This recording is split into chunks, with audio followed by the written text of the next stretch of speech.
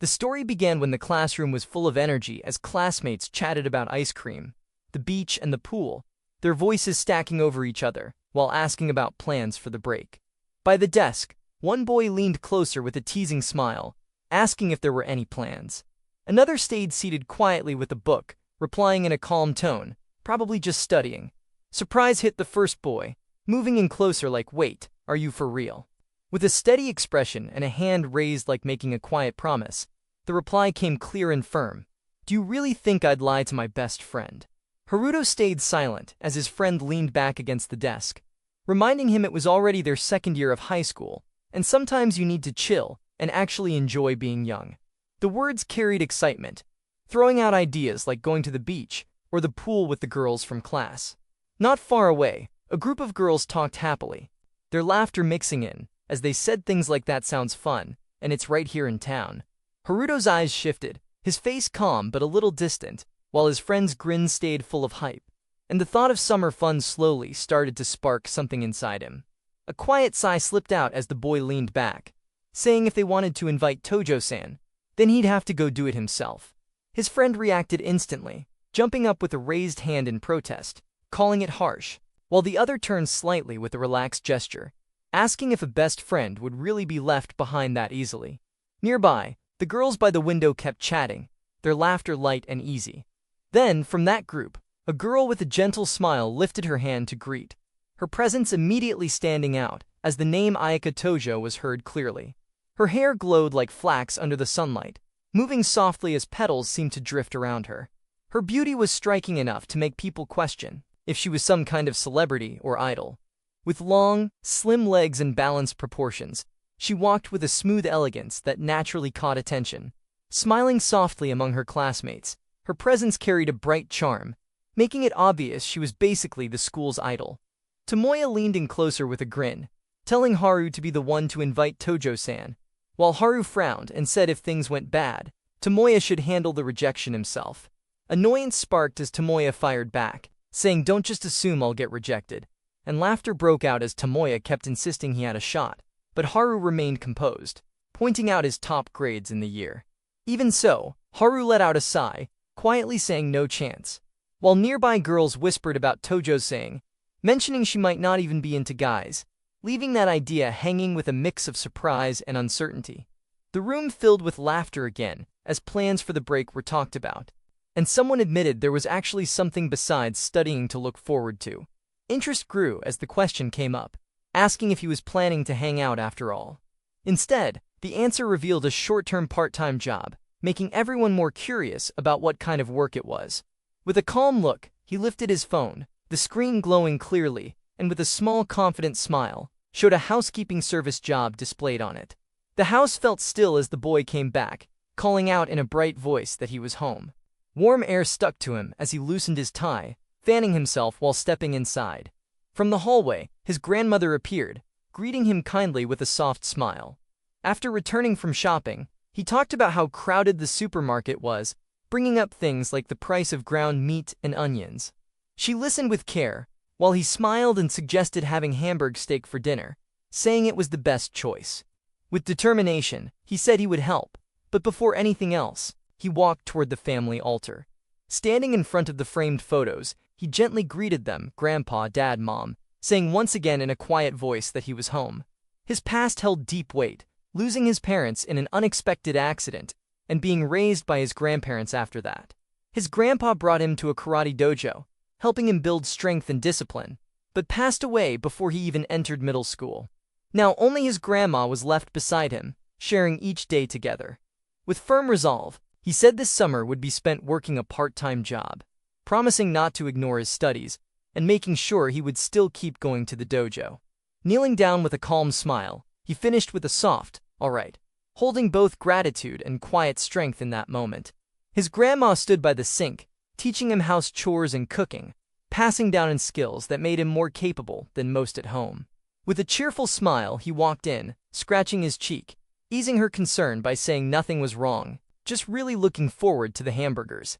Happiness showed clearly on his face as laughter filled the room, and soon after, he placed a hand on his stomach, already thinking about how good the meal would taste. After enjoying Grandma's Hamburg steak, He leaned back with a grin, saying it was amazing. A sudden call from Akagi Tomoya lit up his phone, pulling him from his calm mood.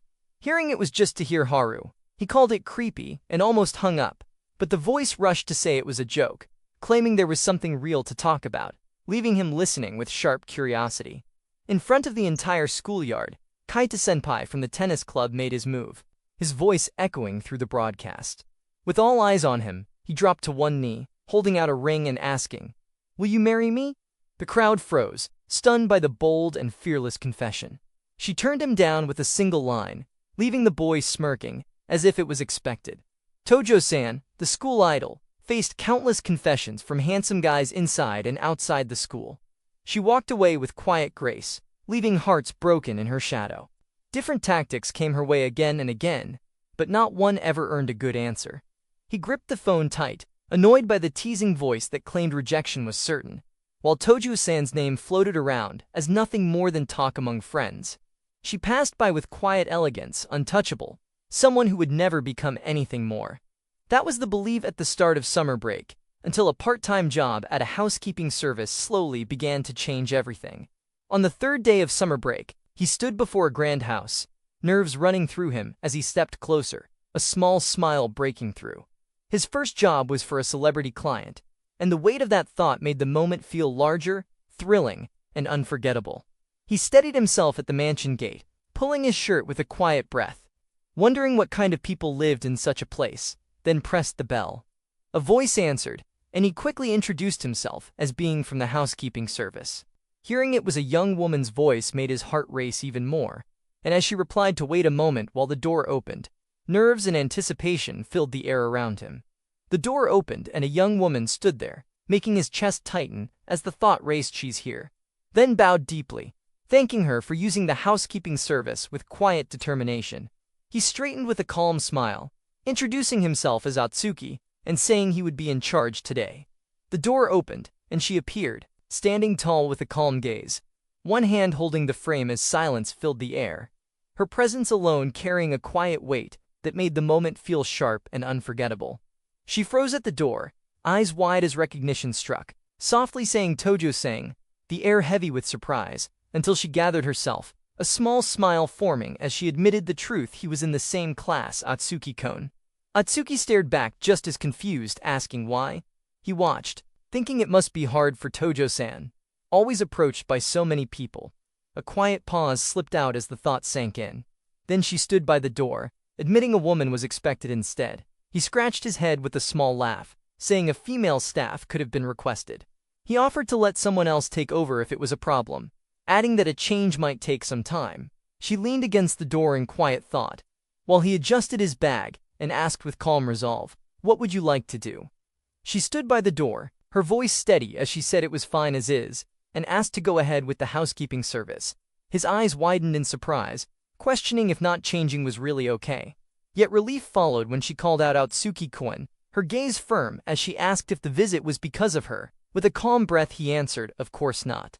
She gestured softly, telling that it was fine and to come on in, while he stood outside with a nervous look, replying with "okay" and "will be in care," then moved forward with quiet determination. Haruto stepped inside and shut the door, his eyes widening at the long hallway that stretched before him.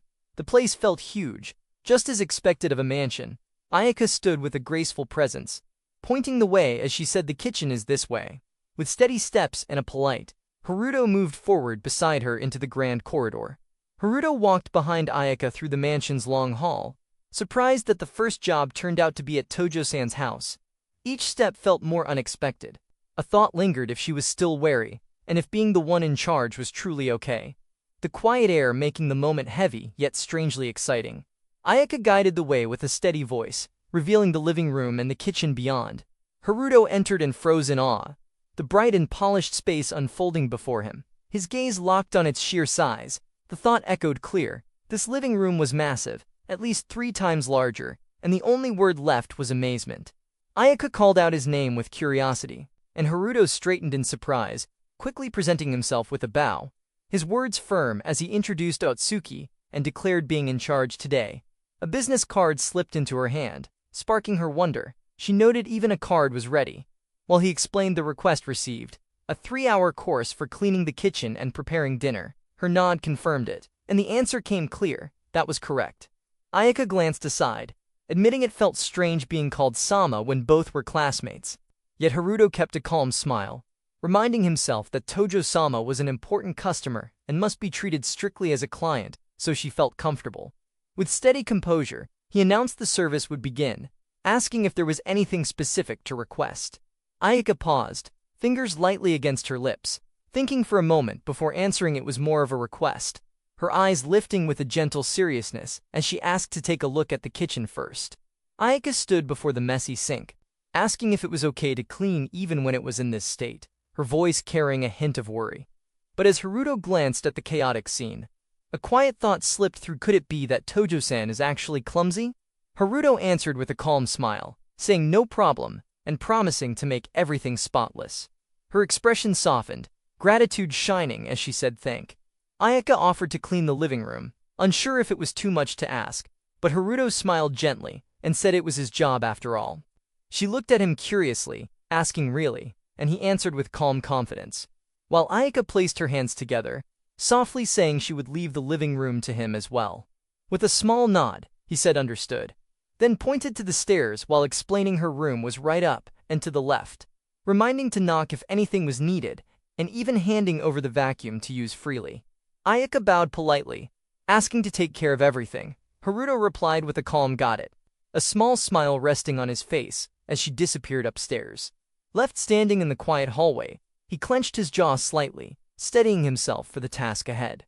Haruto stepped back with a sigh, muttering that it was nerve-wracking, his mind racing with thoughts about why Tojo-san was requesting housekeeping services, knowing she was a rich young lady but still uncertain. Then his gaze shifted and froze as it became the first time seeing her up close. Too cute to ignore, her casual clothes making Tojo-san look simply amazing.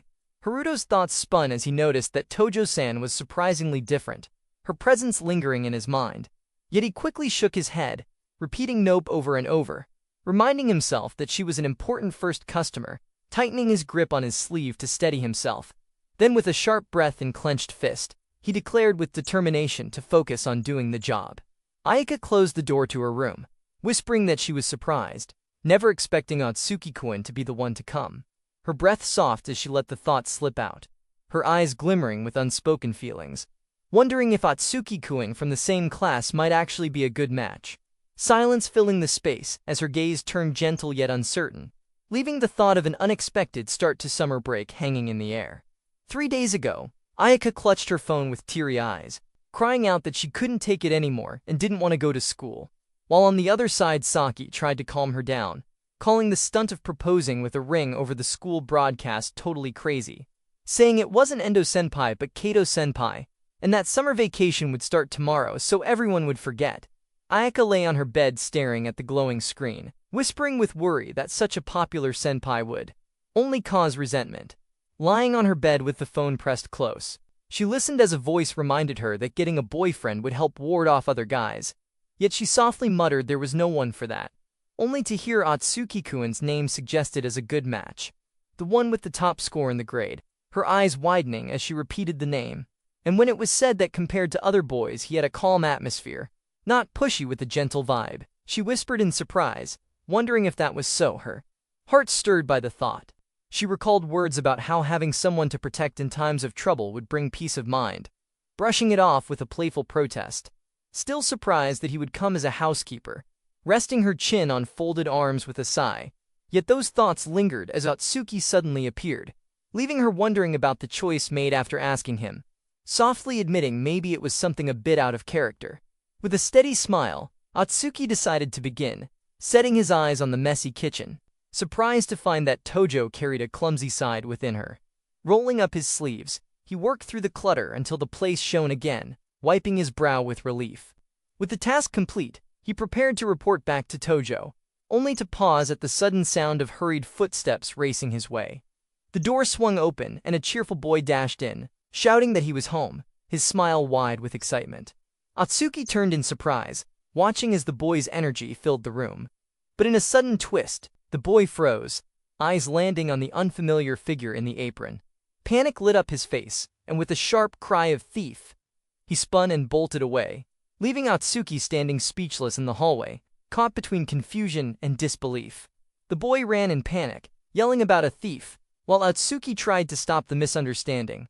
Ayaka stepped in with calm surprise, holding her brother's hand as he insisted on danger, her gaze steady yet tense as the word thief lingered on her lips. Atsuki spoke with a nervous smile, saying sorry, and that the kid mistook him for a thief. Ayaka let out a small laugh at the mix-up while the boys stared up in confusion. Calling out Wani-chan, Ayaka leaned down gently, explaining this person isn't a thief, then added he's a housekeeper, someone who helps with cleaning and cooking, easing the boys' worry with calm words. Ryota looked serious, asking if it was because the kitchen had been messed up and left unclean. Ayaka knelt down and shook her head, explaining that help had been considered for a while. Ryota's eyes softened as she asked if food had been made for her, while her hand gently rested on his head. She smiled and reminded him about plans with friends. Laughter and warmth filled the moment as Ayaka bent down, asking about the park, and Ryota answered with a simple nod. Atsuki then realized it was the younger brother who caused the mess, and quickly apologized for assuming she was clumsy. Ayaka smiled warmly, introducing her younger brother Ryota, and apologizing for the confusion, explaining that he was still in kindergarten and didn't understand everything yet. Haruto crouched down, gently addressing Ryota and apologizing for surprising him. Ryota looked up with wide eyes as Ayaka reassured him, saying no worries as long as the misunderstanding was cleared. Haruto then straightened, introducing himself with a calm smile as Haruto Atsuki, and extended his hand, his words soft. Ayaka's hand reached out, meeting his in a firm shake. Ryota lowered his head, admitting he called Haruto a thief and apologizing with sincerity. Haruto laughed it off, saying it was totally fine and understandable, his gentle words easing the boy's nerves. Ryota's small gesture of noticing his mistake and apologizing impressed Haruto deeply. Soon after, Haruto knelt down, saying he was done cleaning and asked for it to be checked. Ayaka looked surprised, her eyes wide with amazement, saying wow, that was quick, her voice filled with admiration at how fast and reliable he was. The kitchen and living room shone brightly, every corner sparkling clean. Ayaka stood amazed, softly saying wow. While Haruto humbly offered to hear any complaints or requests, Ayaka smiled. It's perfect with no complaints at all, calling him really good at cleaning. Haruto simply replied that to the extent he chose this job, it made sense. Meanwhile, Ryota ran around the room in excitement, shouting amazing as he pointed at every corner, declaring everything is sparkling, his voice full of joy, as he admired the shining result. Ayaka called out to Ryota, reminding him not to kick up the dust after all the cleaning.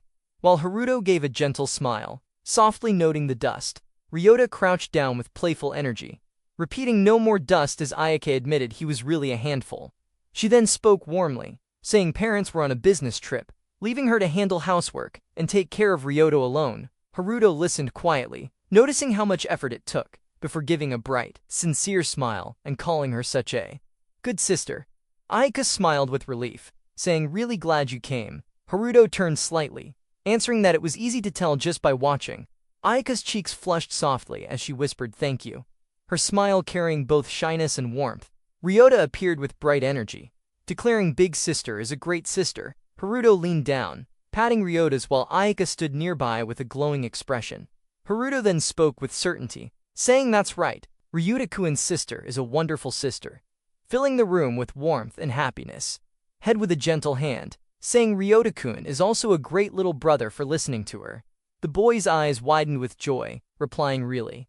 Ryota proudly stretched his arm toward his sister, saying he was called a good brother. Ayaka smiled warmly while Haruto agreed, saying that's right, Ryota is a good boy.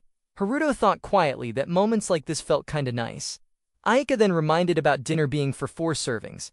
Haruto asked to check the fridge, and with her permission, he began looking. Eggs and milk, onions, carrots, cabbage, even beef and pork mixed with ground meat. He studied carefully, thinking with these ingredients. Ayaka stood politely, asking to borrow some seasonings, and the request was met with a gentle sure. The shelves revealed a wide variety that caught attention with awe. Haruto suggested with calm words how about a hamburger steak. Ryota eyes lit up with excitement shouting hamburger steak with pure joy. Ayaka agreed with a gentle smile, saying hamburger steak would be served. Ryota's arms shot high as he cheered with sparkling joy. Haruto answered with a calm understood, his steady tone balancing the child's excitement. Then the meal was set on the table, glistening and full of color. Ayaka praised warmly, calling it strong girl power, while Haruto waved a hand with calm denial, saying this is pretty normal, her admiration only deepening as she smiled at him. He accepted the words with a modest laugh, saying it's an honor. Her compliment met with his steady reply that the level was too high. Then a note was passed carefully into his hand. Instructions written clearly. Just grill them as instructed. And with a polite nod he answered thank. The clock struck noon. Haruto said it was time to leave. Ayaka thanked him with a warm smile, and he replied glad to be of service. Ryuta lowered his head in silence, then suddenly clung to him tightly, as Ayaka's gentle touch eased the moment with quiet warmth. Ryuta raised his hand high, smiling as he said bye-bye and see you again. Haruto answered softly, see you, Ryuta-kun, while in his thoughts lingered that getting help with house chores from a classmate felt awkward. So there probably won't be a next time. Ayaka called out to him with a gentle look, saying she would walk him to the door, and Haruto replied with a simple "oh, right," before she bowed gracefully at the entrance, thanking him sincerely for using their service this time. Haruto held out a flyer, explaining that if interested in using the service again, there was also a regular contract, more affordable than single-session ones, and he added softly that he had to promote it too. Ayaka looked at him with a smile, saying he sounded like a salesperson, and laughed warmly, yet admitted it felt odd being spoken to so formally by a classmate. Haruto answered with a calm smile, saying it was not that he couldn't speak casually, but Tojo-sama was the client after all. Ayako smiled softly, calling him a client with a small laugh, while Haruto answered calmly and was reminded to hurry back before the hamburger steak grew cold. He nodded, agreeing as Ayaka thanked him warmly for today. Her words gentle as she called him Atsuki-kun. Haruto straightened, giving a polite bow with steady words, to serving again, and as the door closed behind him, Ayaka stood quietly in thought. The boy stepped outside into the fading light, exhaling with relief, a single word slipping out. Haruto raised a fist with quiet relief, saying the first job was done. Though unsure how it would go, his thoughts drifted to the school's idol, the daughter of a wealthy family, living in a completely different world.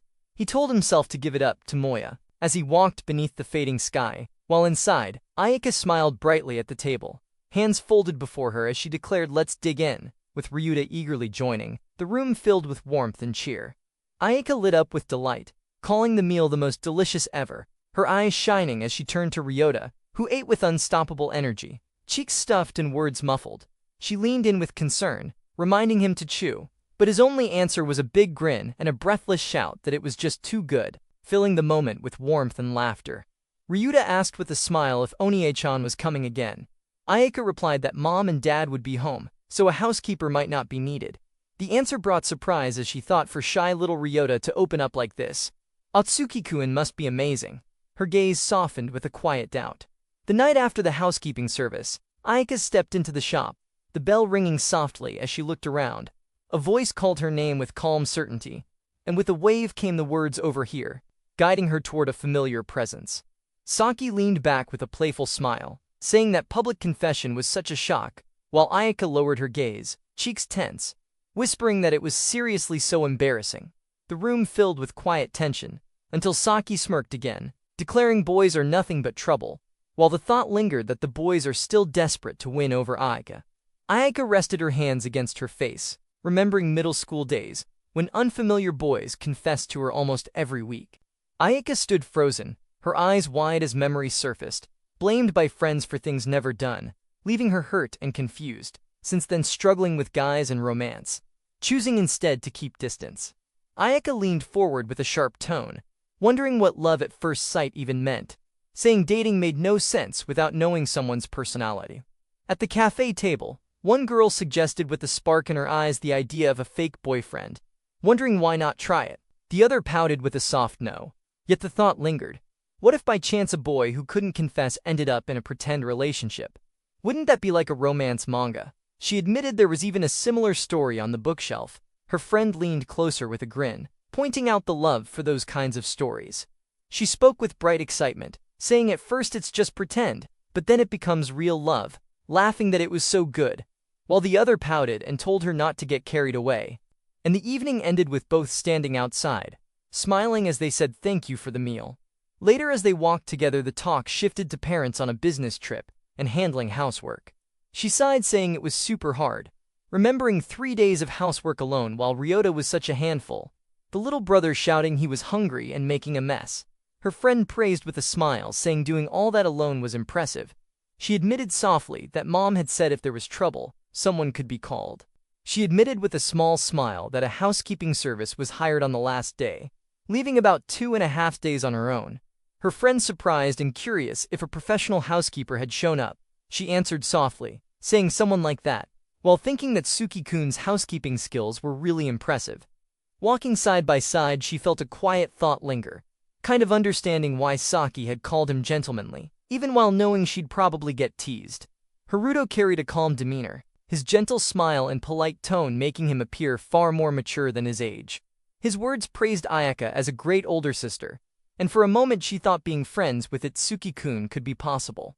Her hands tightened as the thought lingered, yet his steady reminder came, marking the distance between them, a client after all. Ayaka froze for a moment, her thoughts echoing with the words that made her heart stir, hearing that made her feel something she couldn't quite name.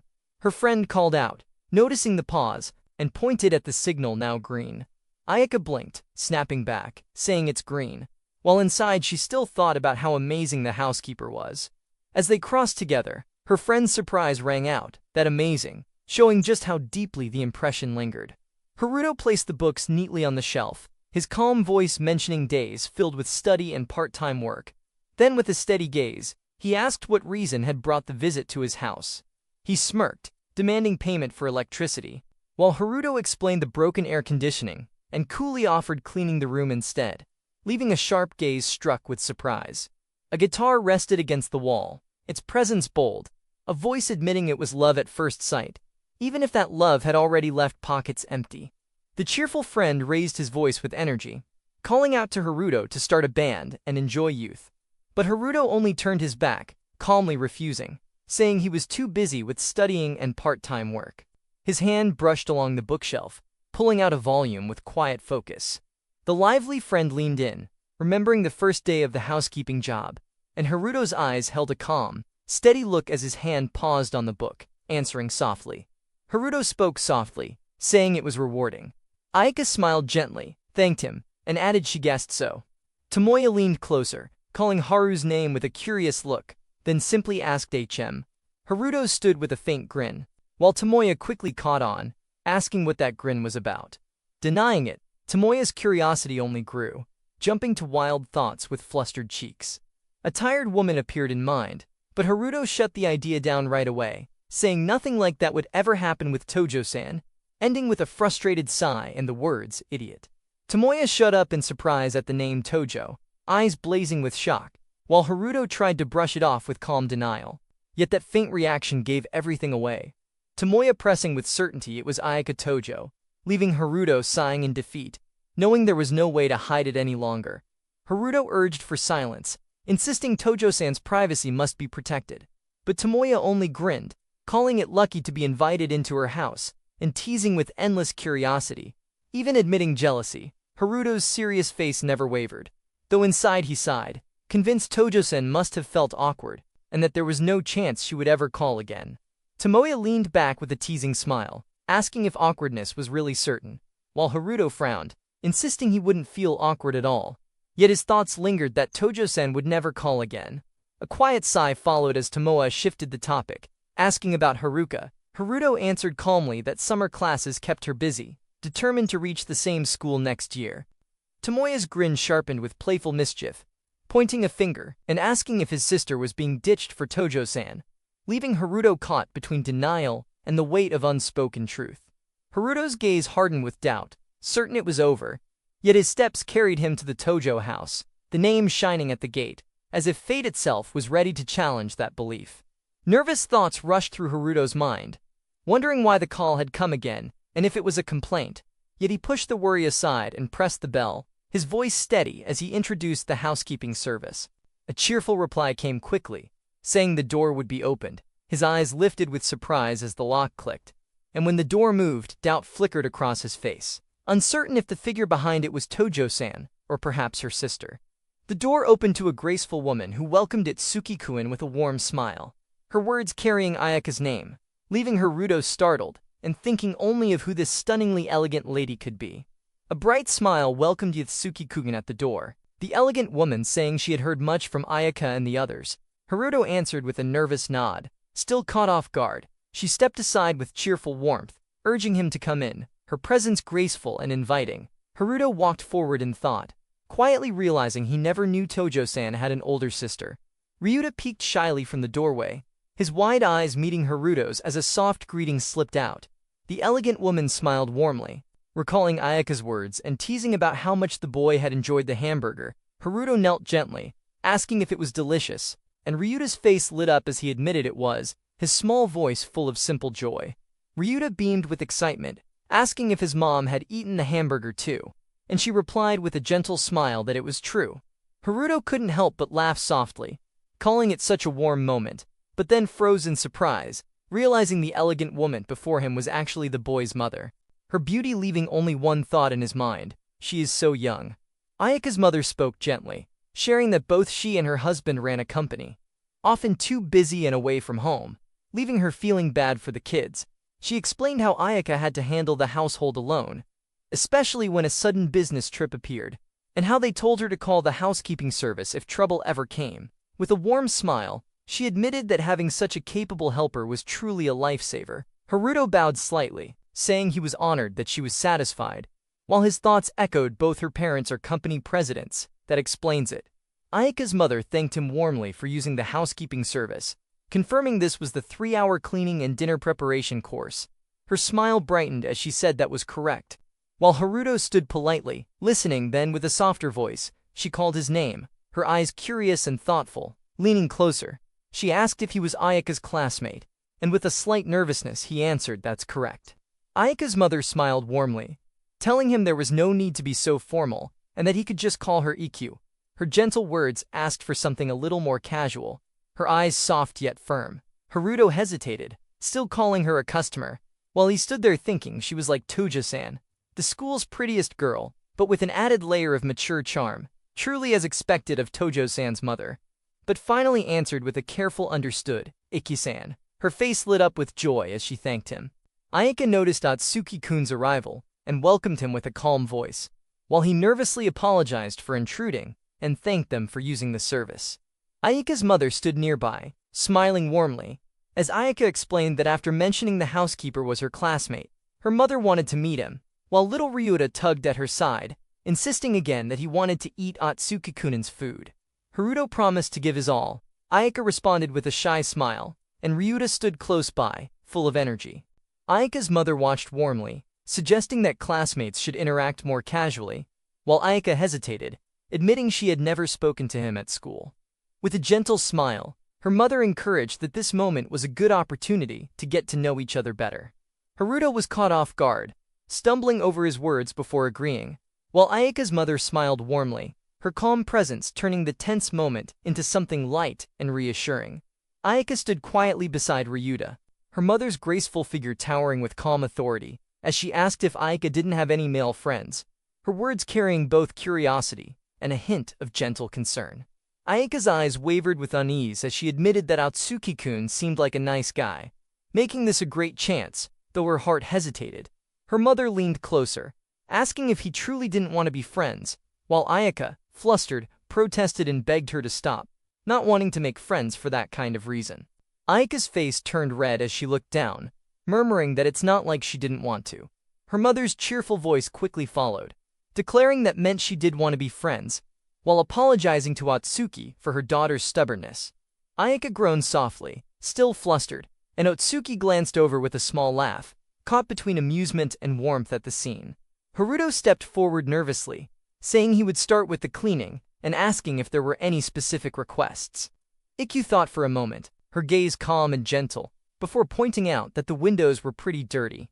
With focus in his eyes, Haruto began scrubbing, holding up the cloth confidently, as he assured that this would get them clean in no time, while Ikkyu watched quietly from her seat, her expression warm with trust. Ryuta's eyes lit up with curiosity as he pointed to the wet newspaper, asking what it was for, and Haruto explained that the ink would remove the dirt from the windows. Amazed, Ryuta declared it was amazing and begged to try it too, his excitement filling the room. Ikkyu watched gently, apologizing for Ryota getting in the way, but Haruto only smiled warmly, handing the boy a piece and saying his help was much appreciated. Outside, Ryuta pressed against the glass with determination, while Haruto's cheerful grin showed how much he welcomed the boy's eager spirit. Ryuta worked on the glass with all his energy, smiling proudly as Haruto praised him, calling his effort great. Ikkyu observed warmly, noting how Ryuta had already grown attached, almost like real brothers. Her gaze then shifted playfully toward Ayaka, wondering aloud if her daughter was sulking because of it or perhaps for another reason, leaving Ayaka flustered and caught off guard by the teasing words. Ayaka's face burned red as her mother teased, asking if she was mesmerized by Atsuki-kun, leaving her stunned and speechless. Flustered, she burst out in protest, shouting that it was not like that at all, her emotions spilling over in embarrassment. Ikkyu only smiled gently, amused by her daughter's reaction, remarking on how youth shone so brightly in moments like these. Ayaka's face flushed red as Ryuta innocently asked if she had a fever, his wide eyes full of concern. Embarrassed, she shouted that it wasn't red and rushed out, declaring she didn't care anymore, leaving the room in flustered haste. Ryuta tilted his head in confusion, wondering what was wrong, while Ikkyu smiled softly, saying big sister was simply enjoying life right now. Haruto stood with a calm smile, saying the cleaning was finished and asking if there were any other requests. Ikkyu looked relieved, thanking him warmly, saying it was perfect and appreciating the hard work. Haruto replied with a gentle smile, glad he could assist. Ikkyu's eyes softened as she admitted that usually cleaning and laundry took up so much of her time, but his help had been a huge support, making this the first time she could be so productive while staying at home. Haruto stood with a thoughtful look, asking about requests for the menu, while Ikkyu placed a hand to her chin, thinking carefully. She admitted it was hot, so something refreshing would be nice, but also filling, especially since Ryota was at that age where he ate a lot. Haruto pondered for a moment, then suggested lemon-flavored cream pasta, with cold soup and capri salad, certain the lemon's tanginess would make it refreshing. Ikkyu's eyes lit up, smiling brightly as she called it stylish and wonderful, making the simple dinner plan feel special. Ikkyu mentioned the fridge was empty and asked for shopping help.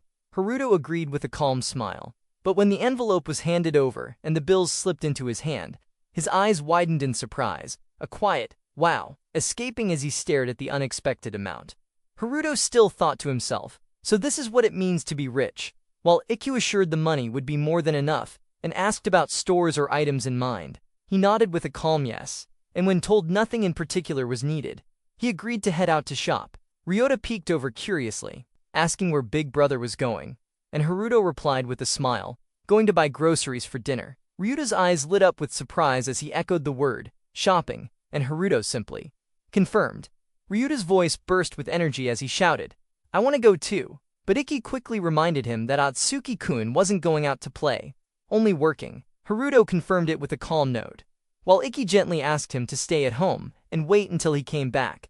Ryota's shoulders slumped, eyes dim as he muttered softly about helping Big Brother clean earlier, his lively spark fading into quiet disappointment. Ikkyu looked at Ryota with surprise, saying he was usually such an obedient child, then admitted he must really like Atsuki-kun. Ryuta's eyes softened with quiet hope, while Haruto calmly said he didn't mind if he came along, though Ikkyu worried that making him shop and also take care of Ryuta would be too much. Yet her thought shifted as a sudden idea lit her face, and with a bright smile she declared.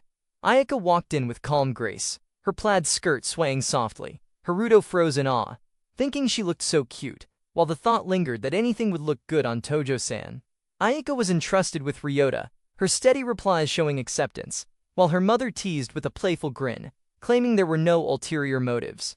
Ayaka sighed with a soft geeze, her expression caught between annoyance and fondness, before Ryota's eager voice urged his big sister to hurry, and with calm steps she responded. Ayaka smiled softly and said all right. Haruto followed with calm steps, and Ryuta raised his hands high with a bright grin, shouting we're off. The three of them stepping out together, turning a simple grocery trip into a cheerful little adventure. Ryuta rode on Haruto's shoulders with a bright laugh, thrilled to be so high, while Haruto carried him with ease, saying it was no problem. Ikkyu apologized softly, Ayaka sighed with a quiet geez that mama, and Ikkyu only smiled playfully, claiming no ulterior motives, turning the walk into a light-hearted and warm moment. Ryuta rode high on Haruto's shoulders, full of energy, While Ayaka glanced over, her words calling him a kind person, that yet his calm smile showed more. Ayaka admitted he was taking good care of Ryuta, and their walk together felt light, warm, and bright. Haruto laughed it off, saying it was just from being used to a single child. Haruto walked with Ryuta perched happily on his shoulders, saying being with him felt like having a real little brother, and the thought simply made him delighted. Ayaka glanced his way, wondering if this was how it felt to have a little brother too, but quickly added that sooner or later the selfish and not-so-cute sides would show. Haruto let out a laugh, while Ryuta leaned in curiously, asking what was being talked about. Ayaka answered with a teasing smile, saying they looked like brothers, before pointing out the supermarket ahead and telling him to get off now, leaving Ryuta to call out in protest. Ayaka asked what would be bought for dinner. Haruto calmly listed milk, fresh cream, and bacon, while adding green vegetables for color. Ryuta listened with wide eyes before suddenly rushing ahead, leaving Ayaka surprised as she called out his name. Ryuta rushed forward with excitement, pointing proudly at the green vegetables he found, calling for his Oni-chan to look. Haruto praised him warmly, holding up asparagus and noting how cheap it was, making Ryuta beam with joy. As they continued shopping, Haruto offered to carry the basket for Tojo-san, his words simple yet thoughtful, leaving Ayaka silently watching as her mother handed it over with a soft thanks. Ayaka's stare held steady, her words cutting through the air as she asked if Atsuki had a girlfriend. His body flinched in surprise, stumbling over the answer that none existed. Her calm response, "So that's the case," left the moment lingering with a quiet spark between them. Ayaka laughed softly, admitting it felt so natural that he wanted to carry it for her, and that gave the impression he might be used to doing it. Atsuki carried the basket with a gentle smile, saying it was part of his housekeeping job since Tojo was the customer. She nodded lightly, saying that was it, while he suddenly pointed out the pumpkins on a great bargain, suggesting they make a cold pumpkin potage soup too, bringing warmth to the simple moment. Ryuta's eyes lit up as Atsuki guided him with care, the boy amazed by the pumpkin in his hands. Atsuki lifted it with a calm smile, while Ayaka watched closely, her gaze soft and filled with quiet admiration for the scene before her. Atsuki held up the pumpkin and asked if it was okay to buy it, making Ayaka freeze for a moment before stammering that it was good. Her cheeks warm as she gave a small nod. With his cheerful, "All right," the choice was made, and soon after he turned to suggest picking tomatoes, while Ryota bounced with excitement, shouting tomato with a bright grin. As the door slid open, the group stepped outside together, the air carrying a sense of ease after shopping. Atsuki let out a quiet breath, realizing how many gazes had followed Tojo inside, whispers calling her cute, even chic, like a celebrity. Walking beside her, he finally understood that those stares had been on her the whole time, their presence making the moment feel strangely vivid. Atsuki walked beside Tojo, noticing how the crowd's gaze always seemed to follow her. He gently said it must be hard to be in a crowded place, making her pause in surprise. She admitted that recently it felt like people were gazing too intensely, moments that were honestly quite scary. Yet with a small smile, he remarked that it must simply be hard to be a very cute girl, leaving her quietly thoughtful as they continued on. Ayaka's eyes widened at the word cute, her cheeks glowing as the thought raced through her mind, wondering if Atsuki really saw her that way.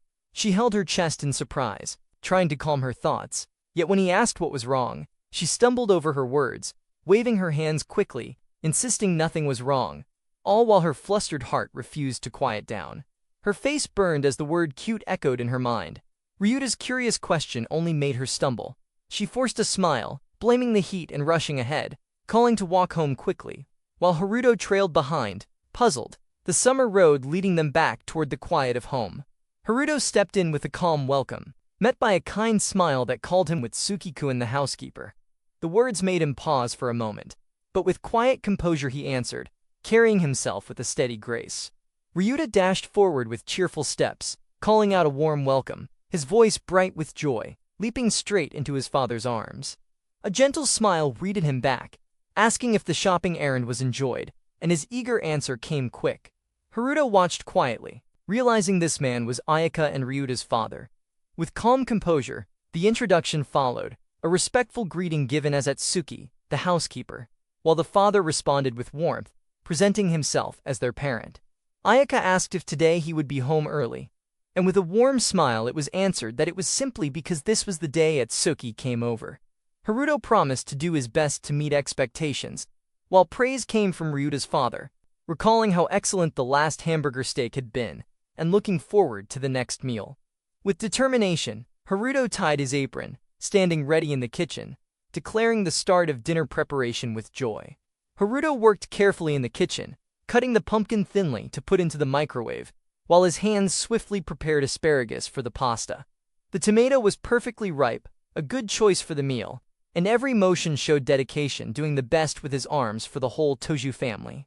From the side, admiration rose, saying it was as if a veteran chef was in action, with words praising how boys who can cook are wonderful. Smiling, Haruto thanked them for the compliment, promising to bring satisfaction from the taste aspect too. While Ryuta's father nodded warmly in agreement, Ayaka's father smiled warmly, surprised that among her classmates there was a boy with such determination and dedication, asking if she was close to Itsuki at school.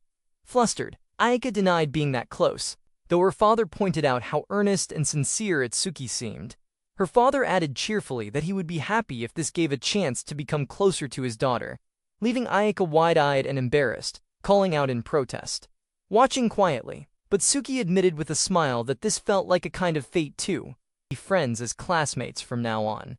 Ayaka's face softened with a shy glow as she admitted she thought so, her family smiling gently at her side. Haruto paused when Ryota tugged his attention, the boy looking up with bright eyes and asking if Onie-chan would join them for dinner, leaving Haruto startled by the pure and unexpected invitation. Haruto hesitated at the table, saying he did not mind but reminded them he was there for his job. Unsure if it would feel awkward for Ayaka, her father warmly invited him, suggesting he stay for dinner, while her mother's gentle smile told him not to be so reserved.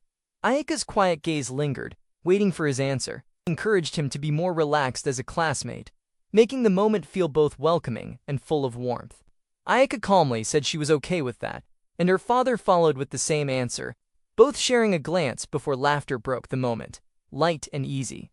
With a confident smile, he introduced himself as Shuichi, asking to be called by his first name, while noting that in this house, everyone was known as Tuja-san. Haruto asked if it was okay to join for dinner. Shuichi welcomed him with ease. Haruto turned to Ayaka, his voice unsure. She blushed softly and agreed, the moment carrying a quiet warmth that drew them a little closer. Haruto thought about the moment he finally called her by her first name. A quiet tug on his apron pulled him back. Ryota looked up with sparkling eyes asking to have dinner together, his words full of joy. Haruto smiled and agreed, saying tonight he would have dinner with Ryota too. The boy cheered with excitement, while Haruto turned back to the kitchen, declaring with energy that since it's been decided, he would deliver the best meal for everyone. Shining plates of lemon creamy pasta, cold pumpkin potage soup, and capri salad were placed on the table with a warm apology for making them wait. The family gazed in delight, one voice saying it felt like visiting an Italian restaurant, another giving thanks and suggesting to start. Hands pressed together as they all cheerfully declared happy dinner, ready to enjoy the meal together. Ryuta cheered with shining eyes, calling the pasta delicious. Ayaka laughed softly, telling him to eat calmly. Shuichi praised the seasoning as perfect. Ikki said the food tasted like something upper class. Haruto thanked them with a gentle smile, glad the flavors reached their hearts, and as the family enjoyed each bite, he sat quietly, carrying a calm joy in the warm moment. While Ayaka ate with a gentle expression, hiding her thoughts behind calm eyes, Haruto tasted the food quietly, wondering if Tojo-san liked it as well. Ryuta raised his hand cheerfully asking for more, only to be reminded by Ayaka to finish properly first, and with a playful, he agreed, while Shuichi turned his gaze toward Haruto, calling his name with a tone that carried something deeper. Shuichi asked for a second helping with a cheerful smile, leaving Ayaka surprised at how fast it was gone, and Ryota quickly raised his bowl, calling his father unfair and wanting more as well. Haruto responded kindly, agreeing to give another serving. Then the question came about who taught him cooking, and with a bright smile Haruto spoke of his grandmother, saying she not only taught cooking but also other household duties, making Shuichi laugh softly, calling her a great person. Ayaka asked about Haruto's specialty in cooking, and after a pause, he thought carefully, listing dishes like nikujiga and chikuzeni, showing calm confidence in his skills. Ayaka, while eating, softly admitted wishing to taste his hamburger steak more, her words drawing a warm laugh from Iku, who teased gently that Itsuki-kun's cooking had taken over her stomach. Ayaka flustered, cheeks turning red as she protested, begging her mother not to say such a weird thing. Ikkyu only smiled playfully, asking for forgiveness, leaving Ayaka pouting with a sigh as her face glowed with embarrassment. Plates were cleared with smiles. Shuichi voiced the wish to taste more of Atsuki-kun's cooking. Ikkyu agreed with a gentle smile, her words soft yet certain. A hand reached forward with calm intent, and Haruto looked on in surprise, his eyes wide as he realized this as something unexpected. The flyer on the table spoke of a fixed-term contract. The family's words carried trust and satisfaction, and with a calm smile, Shuichi declared a contract with Atsuki-kun, turning the moment into one filled with promise, uncertainty. Haruto thanked them sincerely, saying he was happy to serve. Shuichi brushed it off with a bright smile. Ikkyu added they were looking forward to working together. Yet doubt filled Haruto's heart as he wondered if Ayaka felt uneasy, realizing he would spend the summer with her family. While Ayaka's quiet gaze held a feeling she could not put into words. Ayaka smiled warmly, asking Atsuki-kun to do well for them. Haruto responded nervously that he was in their care, and as the family watched, he wondered if this was going to be a much longer relationship than expected. Haruto rose early, the morning sun casting gentle light while birds chirped outside, his mind resting on the regular contract with the Tojo family. And with Ayaka's gentle smile welcoming him to get along from now on, a new chapter quietly began before him. Haruto stretched awake in the quiet of dawn, his room still dim as the clock marked the early hour, and in the kitchen, a gentle voice greeted him with warmth, returned by his cheerful reply. The aroma of breakfast began to fill the air. Talk of studying early met with a smile, and joy sparked at the sight of tamagoyaki cooking on the pan. A simple morning wrapped in comfort and care, setting the day off with steady warmth. Plans for miso soup followed, with spinach added by request. At the table, hands pressed together in thanks before the food. The warmth of home filled the air as tamagoyaki was shared with smiles. The taste was called delicious, sparking curiosity about how it differed from his own cooking. While joy lit up in every bite, laughter came gently from the grandmother, praising the dishes he made as well. Thoughts drifted back to a first day on the job, when hamburger steak won praise for tasting like food from a fancy restaurant, proof that the lessons passed down were guiding every step forward. Grandma's smile shone with warmth as she felt glad to hear gratitude. The boy answered softly with thanks, enjoying the calm of the meal. Then her words shifted, speaking of which, a sudden question about a girlfriend struck, and his peaceful face turned into shock, caught completely off guard. He paused, fumbling with words as the question lingered. The grandmother gently wondered if such things happen in the second year of high school, and he quickly explained that at school most people don't have girlfriends, saying this is how things are nowadays. Her calm reply was simply, "Is that so?" And with a bright smile he promised someday, for sure, to introduce a super cute girlfriend, assuring everything is good, so there's nothing to worry about. He walked down the street lost in thought, sighing about a girlfriend, knowing Grandma was probably worried as her back pain grew more obvious. Still he wished that if he could introduce one, it would make her happy and ease her heart. But with studying, work, and karate filling his days, there was no time. Haruto tried to push away the thought, insisting there was no way someone like Tuju would ever fall for him. Yet her gentle smile stayed clear in his mind, and with a sudden pause at the dojo gates, he let out a quiet breath, as if bracing for what came next. The dojo buzzed with quiet focus as students readied themselves. Haruto tightened his belt with calm determination, answering with resolve, sparking the start of training with sharp energy. Kazuo greeted with a heavy voice, calling practice boring without Haruto, his presence fierce as he admitted everyone avoids him when it's time to spar, the air shaking with his intensity. Haruto spoke with a grin about Kazuaki's reputation, only to get caught in a rough hold as Kazu warned him not to spread bad names. Their rivalry in the dojo was clear, yet it felt more like brothers pushing each other to improve. Kazu's sharp presence carried the weight of a fierce nickname. Even though deep inside he struggled with the simple wish of getting along with kids, in the end, the two often shared worries side by side. Shizuka stood firm with sharp eyes, telling Kazu he was in the way. Her glare burned with quiet strength, making the atmosphere heavy. Kazu only laughed, teasing about jealousy, and calling her presence dignified as expected from the daughter of the Kyokushin dojo. Haruto watched silently, caught between Shizuka's intensity and Kazu's easy grin, while the playful tension filled the room with energy. Shizuka declared with boldness that dignity was old-fashioned, calling herself a super energetic and lively high school girl. Haruto observed her spirit with quiet surprise, knowing she was the daughter of the dojo master and a junior at their school. Yet outside the dojo, she carried a different charm, standing as the second most popular girl after Tuja-san, flashing a peace sign with calm confidence that drew every eye. Shizuka stood tall, asking how her flawless beauty should be described. Haruto answered carefully, saying her cuteness was like the traditional Japanese style, and with a sharp gaze she carried the presence of a Yamato Nadeshiko, graceful yet strong. Shizuka leaned in with sharp eyes, teasing if Haru-senpai was trying to hit on her, then struck a bold pose, sparkling with confidence as she asked if her look was captivating. Laughter filled the dojo as Kazu teased each other, the place like a second home. The clock neared 12, and Haruto, calm with his bag, prepared to leave. Shizuka stepped forward, asking if he was going already, then wished him good work today. With a quiet nod, he walked away, cool and steady, the dojo fading behind him. Kazu stopped them at the door, asking for a favor. Haruto answered with a calm grin, wondering which gang was planned this time, while Shizuka stated firmly that only Haru-senpai held her feelings. The moment turned heavy until Kazu sighed, pulling out a box and saying for now, just try this. Haruto looked at the box in surprise, wondering if he was allowed to eat it, eyes fixed on the fruit tart inside.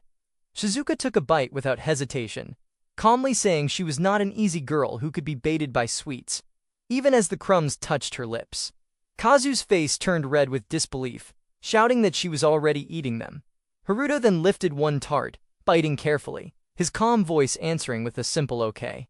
Kazu sighed, handing it over with a request, asking Haruto to please try some. Haruto called the tart delicious, only to learn Kazu had made it himself. Shizuka burst out in shock, while Kazu smirked, saying the taste was good enough to be sold in a shop. Shizuka declared the tart worthy of a shop, and left in her usual sharp way, making Kazu sigh that she was cute but a handful. Haruto praised the taste, asking to learn someday, and Kazu agreed with a grin, saying next time they could bake a cake together. Haruto thanked Kazu for the food, then left for his part-time job, smiling that Ryota would be happy with sweets. The dojo faded behind, and soon he stood before Ayaka House, calm and ready for part-time job. Haruto rang the bell, nerves still lingering on his third visit.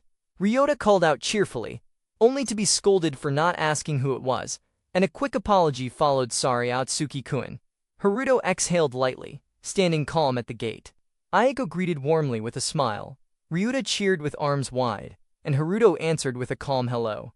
Hand in hand, they walked inside, the boy excitedly declaring that Oniai-chan would be the housekeeper. Haruto replied with a gentle smile, saying not all the time but during summer break he would help out, and Ryota jumped with joy, shouting yay as the house filled with light-hearted energy. Haruto bowed politely, thanking them for the job, while Ayaka's mother smiled warmly, telling him to relax more. Ayaka was caught off guard when asked for her thoughts, and Haruto gave a faint smile, saying he would try to act more relaxed, though to him, Tojo-san still shone as the school idol. Haruto pushed aside his thoughts, steadying himself as Ayaka's mother asked for help with the shed. He followed her outside, only to find the doors open to a space overflowing with boxes and tools, leaving him stunned as he muttered, "It's packed full." Ayaka's mother explained the shed was full, and asked for help to clear it out, while Haruto nodded with resolve. She thanked him warmly, and he answered with a sharp grin, saying let's do this. Haruto stood tall at the shed's entrance, saying all right with quiet resolve, his gaze steady as he began pulling out the clutter, each box and tool revealing really old things stored away. And with a calm step forward, he muttered surprisingly, holding one piece as if weighing memories, then pressed on with unwavering focus. He found it surprising that Tojo-san, despite being from a rich family with a father who was president of a company, carried no arrogance at all. Imagining her as an elegant Oju-sama made the thought almost unreal, and with that picture in mind, a soft laugh escaped him. Called suddenly from behind, Haruto turned in surprise as Ayaka stepped forward, her calm tone softening the moment, saying even doing half today would be fine. Her smile gentle yet sure, he nodded quickly, insisting it was totally fine, and with determination shining through, he declared everything would be out by today, the air between them glowing with quiet resolve. Ayaka's gentle smile carried surprise as she asked about his strength. Haruto answered with a shy nod about karate, brushing it off as something normal, yet her amazed tone made his heart beat faster, and just as the air grew lighter, a sudden slip cut through the moment, with her startled cry. Ayaka spotted the old unicycle, calling it nostalgic with a bright smile, then asked to ride it again. And with Haruto's calm reply of course, she eagerly climbed on, full of excitement to relive the memory. Ayaka steadied herself on the unicycle, saying here we go as she pushed forward, laughing in surprise at how hard it felt, while Haruto watched with a calm smile, asking if she was okay and hoping she wouldn't fall. Ayaka rode the unicycle with studied grace, pouting when she thought Otsuki teased her, then proudly showed she was actually good at it, stopping with a sharp screech and finishing with a playful humph, while Otsuki watched with a quiet smile. Ayaka wobbled on the unicycle, her eyes wide with panic as the pedal slipped, a sharp cry breaking out, and Otsuki rushed in, hand outstretched, warning her to watch out just before she lost control. The unicycle hit the ground with a crash, Ayaka's breath unsteady as Haruto asked if she was okay, her eyes glimmering with relief as she softly said yeah, then whispered thank you, her voice carrying his name with gentle warmth. Ayaka sat frozen, cheeks warm as her eyes met Haruto's, while he steadied her with a careful hand, his worried gaze locked on hers, turning the stumble into a moment that felt unforgettable. Haruto asked with concern if something happened. Ayaka blushed and said no, insisting she was all right, his gentle smile showing relief as he said he was glad. Then she stumbled with a small cry, both lowering near the fallen unicycle, her eyes shining softly as she apologized. Ayaka confessed with a blush that she suddenly hugged him. Haruto stammered, saying there was no need to apologize, his relief clear. She whispered thank you, softly calling his name, and he answered with a nervous welcome. The two sat across from each other, hearts unsteady, their closeness unexpected, leaving her cheeks glowing even brighter. Both stayed quiet in front of the shed, Ayaka's face softly blushing as her fingers curled close. Haruto glanced aside with restless hands, then forced out a small anyway, a simple word that tried to cut the silence, but only made the moment feel warmer. Ayaka tried to hide her blush, saying she only came to share what Mama said, her hand trembling on the door. Haruto stayed quiet, his gaze fixed, his heart still racing, the moment of closeness lingering between them, soft and unforgettable. Haruto held his head, embarrassed by the accident with Tojo-san, sinking in worry and hoping she's not mad, while Ayaka stood at the doorway, her gaze quietly lingering on him. Her cheeks grew hot as her chest thumped louder, the sound echoing with every breath, confusion flooding her mind with a desperate why, as her heart kept pounding harder, leaving her frozen in surprise. Ayaka brushed it off as surprise from nearly falling, while Haruto looked on in silence, a little puzzled. When her mother called out, she quickly answered and walked away, her steps fast. Alone at last, she clutched her chest, breathing in and out, trying to steady the rush in her heart. Ayaka returned home, her face still carrying traces of unease, only to be greeted warmly by her mother's voice. She forced a smile, saying the work would be finished today, her words steady though her heart felt restless.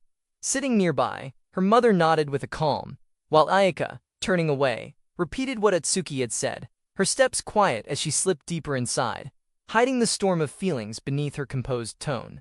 Ayaka's mother smiled, saying young guys had a lot of strength, and though she only met Atsuki twice, his perfect work made her fond of him, strict as she was. Lost in thought, Ayaka felt a tug on her hand as Ryuta asked if Oniai-chan had finished cleaning, and with a gentle glance, she answered that it would be done soon maybe, her words calm though her heart stirred quietly inside. Ryuta tugged at his mother's attention, asking to play with Oniai-chan, and she smiled, saying if the cleaning finished soon, maybe he would join. The little boy's laughter showed how much he had opened up.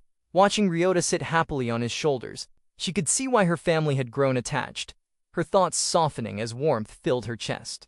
While Ayaka quietly noticed how Atsuki's gentle demeanor made him feel like a kind-hearted big brother.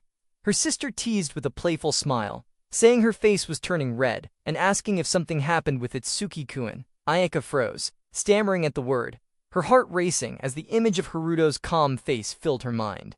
Ayaka's face turned red as her family looked at her with surprise. She stammered that nothing happened and blamed it on the heat. Her sister only smiled and wished her luck with studies, making Ayaka rush off, saying summer homework still waited in her room.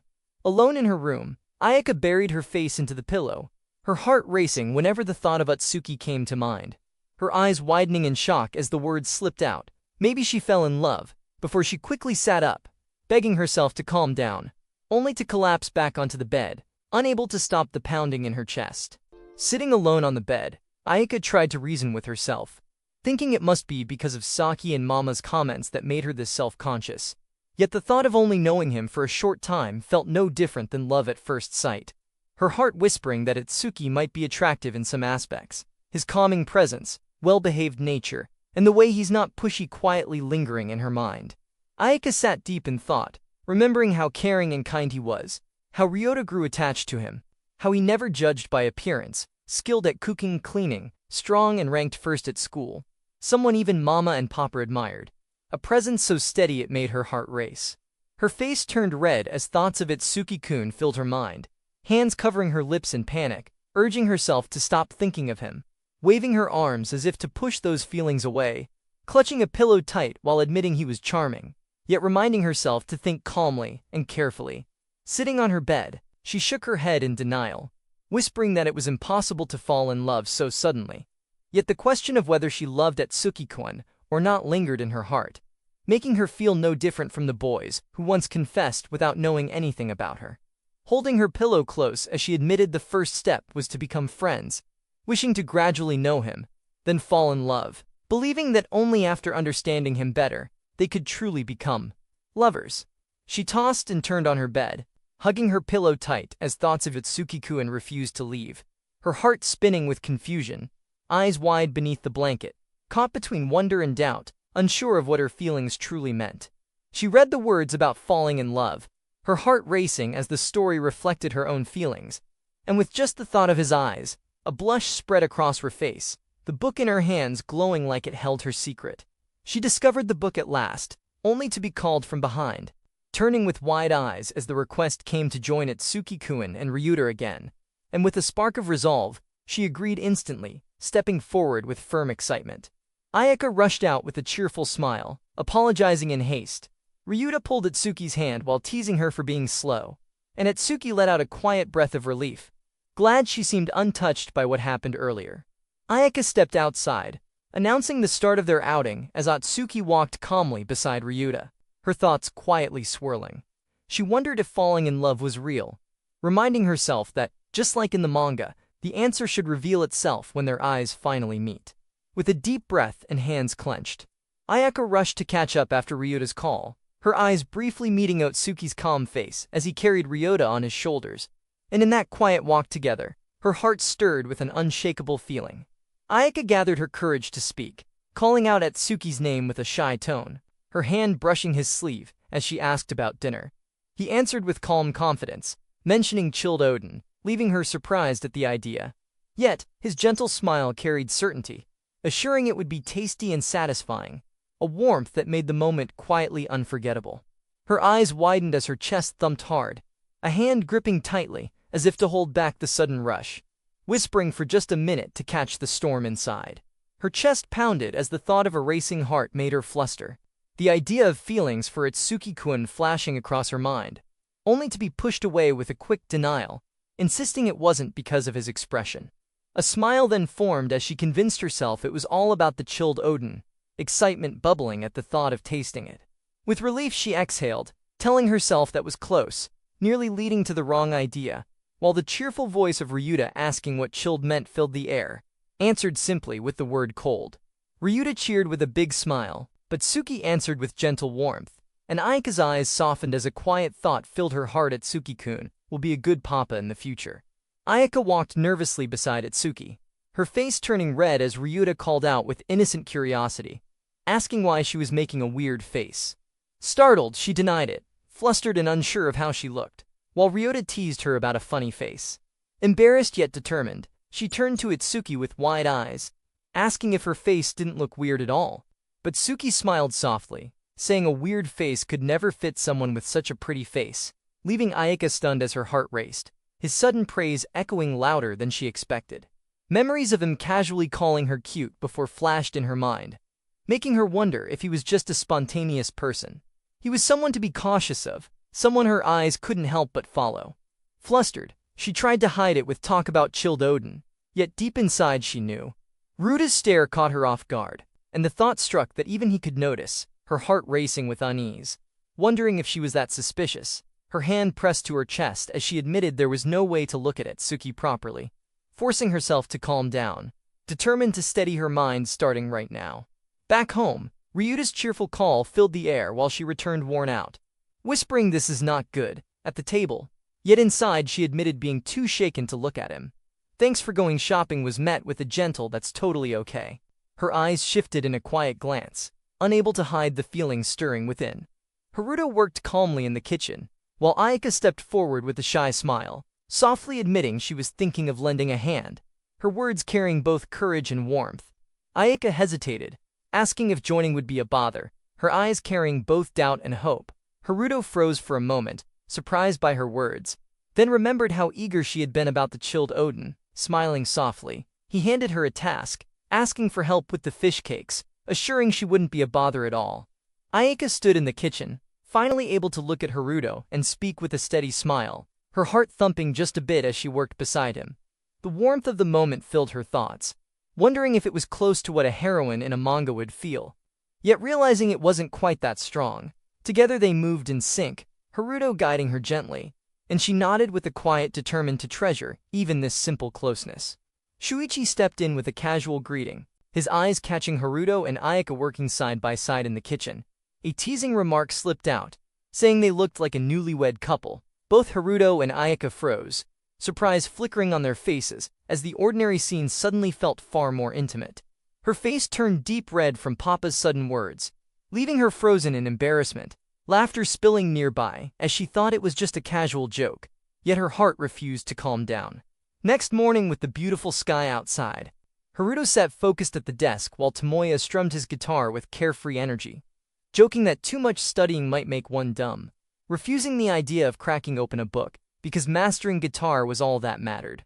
With a playful grin, Tomoya shifted the talk, asking about the housekeeping job and hinting at Tojo-san, making Haruto pause, caught off guard by the sudden question about whether anything had been going on between them since then. Tomoya lit up with excitement when Haruto revealed he had gone to the Tojo house a few times, though only for work. Yet Tomoya couldn't hold back his shock, while Haruto calmly explained it was just a fixed-term contract. And with a teasing grin, Tomoya pushed that being liked by the whole family was great, urging not to miss the chance to get closer to Tojo-san. Tomoya leaned in with a playful grin, asking if it might end in dating, but Haruto firmly pushed the thought aside with a big no, while Tomoya raised a brow, questioning how he could say it so surely, and teased that with cooking so good, maybe she would fall for him through her stomach, as the memory of Ayaka enjoying the food flashed with her smiling, saying she couldn't live without Itsuki-kun's cooking. Certain Tojo-san wasn't someone who easily fell in love, noting she would have dated long ago if that were the case. Tomoya teased with a playful grin, calling Tojo-san the school idol, while Haruto calmly imagined the storm of trouble if dating her, thinking peace at school mattered more, leaving Tomoya sprawled on the bed calling him a coward, as Haruto just turned a page and muttered a quiet well. Haruto thought quietly, Tojo-san is indeed pretty, yet behind that image she was easier to talk to, a caring Onisan for her brother, and in her soft eyes came the question, does that mean joining would be a bother? While later Tomoya leaned close, asking about going there again today. Haruto admitted with a small nod, after finishing shopping for his own place, leaving Tomoya groaning in jealousy. Haruto walked into the market, noticing more people than usual, the crowd buzzing with energy around the fresh displays, his eyes catching the sign of a limited-time sale. Beef belly slices only 120 yen per 100 grams, while other discounts covered spices and condiments, his hand at his chin as he calculated with calm focus. But then, as he turned toward the entrance, something unexpected caught his gaze, pulling a sharp reaction from him. Eyes wide in surprise, Haruto stopped in front of the shelf, eyes widening at the sign that read sesame oil only 78 yen, far cheaper than usual, his thoughts racing at how it was normally over 200 yen, wondering what was happening to this world. Almost joking in disbelief, his hand reached forward with urgency, declaring it must be bought right now. But just as excitement sparked, a note on the shelf revealed the truth. The product limited to one each per customer, leaving him startled with a sharp gasp.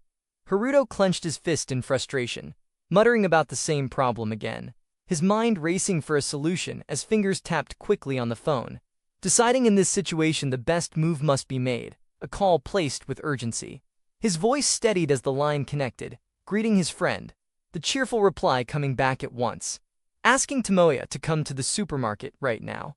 Smiling with excitement, He declared this chance would not be missed again. While on the other side, Tomoya sensed it was a pressing matter, guessing it was that time once more. A casual question asked if something had been forgotten, but Haruto's tone carried determination. Haruto held the phone close, listening as his friend explained being on the way to band practice, unable to help this time, leaving only an apology behind. With a sigh, Haruto moved to the next call, determination in his eyes. Another voice answered, wondering if heading there right now was needed, but hands busy with baking a cake kept him tied down. Apologies were exchanged, polite words softening the disappointment, and once again Haruto pressed on. Basket in hand, he walked through the aisle, muttering in frustration, knowing the only one left would decide everything. Haruto pleaded with determination, offering a proper reward if only Shizuka would cooperate, his voice filled with urgency as he clutched the phone. Shizuka's calm reply suggested playful words about a kiss, then teased with something more, leaving Haruto flustered and questioning in disbelief. With a steady tone, Shizuka revealed the truth. Mom had asked for the lawn to be weeded, so help could not be given. Accepting the answer, Haruto apologized for bothering, wishing good luck instead, while Shizuku, seated with gloves and weeds in hand, ended the call with a light-hearted farewell. Haruto placed the sesame oil into the basket, sighing as he accepted the rule of taking only one. With a calm step, he decided to buy some miso, and then head home. Just as he walked further into the aisle, a voice suddenly called out his name, making him turn with a look of quiet surprise. Ayaka stepped into the store with a calm look, recalling that Mama requested wasabi. Her gaze lingered in silence, thoughtful and steady, before she admitted to herself that lately, she had been here quite often. The busy aisles and rows of fruits reflected in her eyes as she moved forward, carrying that quiet realization with her. Ayaka walked through the store with a soft smile, thinking today too, after this, meeting at Suki-kun would be possible, her heart beating faster at the thought. Her eyes sparkled with excitement until a sudden sight made her gasp, finding him already there, standing and talking. She caught herself, reminding that it was not good, whispering she shouldn't fall in love just yet. Taking a deep breath, she tried to focus again, murmuring wasabi under her breath as she moved along, though her gaze still carried that lingering glow. Ayaka turned a corner and froze, eyes wide as Haruto appeared just a few steps away, carrying his basket. She quickly slipped behind a shelf, trying to hide, heart racing as she whispered no way under her breath. Haruto walked calmly, unaware, his expression soft as Ayaka peeked out, covering her mouth in disbelief, whispering his name with trembling excitement. Ayaka's heart raced as her eyes followed Haruto, her thoughts tangled in hesitation, wondering if it would be better to start talking to him. His figure ahead made her whisper in doubt, still not mentally prepared, yet it truly was him. She gripped her chest nervously, afraid he might think, "What is this jerk acting like we're close?" if words slipped out too casually. Still, the thought of avoiding him felt unnatural, because when people accidentally meet, they should at least greet each other. Even so, with cheeks slightly flushed and eyes uncertain, she stood frozen, caught between courage and fear. Haruto walked through the aisle with a serious face, carrying out a simple shopping duty. Yet that look made unseen sides of him quietly shine. Ayaka watched from behind the shelves, feeling happy just by noticing that side, her lips forming a small smile. But as she looked closer, his expression shifted, his shoulders lowering ever so slightly, and he seemed sad. She froze for a moment, her chest tightening with curiosity, her gaze soft and full of wonder, as the thought slipped in what happened. Haruto walked ahead with steady steps, his back showing a quiet weight, while Ayaka's gaze followed, worry blooming in her chest with the thought, maybe he's in trouble. Her eyes softened as a small sigh escaped, her hand gently holding onto her dress. With careful steps she moved forward, sandals tapping lightly against the floor, her heart caught between hesitation and the pull to understand what lingered behind his serious look.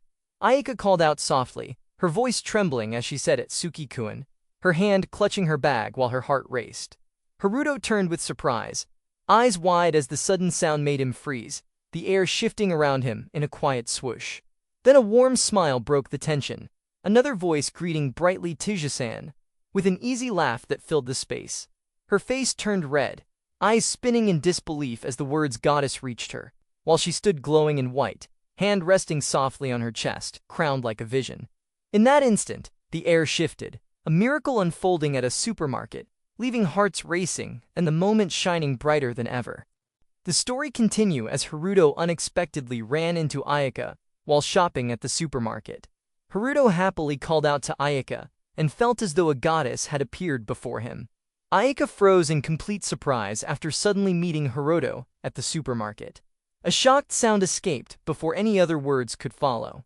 Ayaka covered her mouth in embarrassment because a strange sound had slipped out before she could stop it. Ayaka became lost in her own thoughts after hearing Haruto call her a goddess. Ayaka wondered if Haruto truly saw her that way. Ayaka could not understand what those words really meant. Ayaka quietly questioned whether a goddess was really the image Haruto had of her. Ayaka turns toward him and answers softly. Haruto tells her that there is something he wants to ask. Ayaka listens carefully as she stands still between the shelves.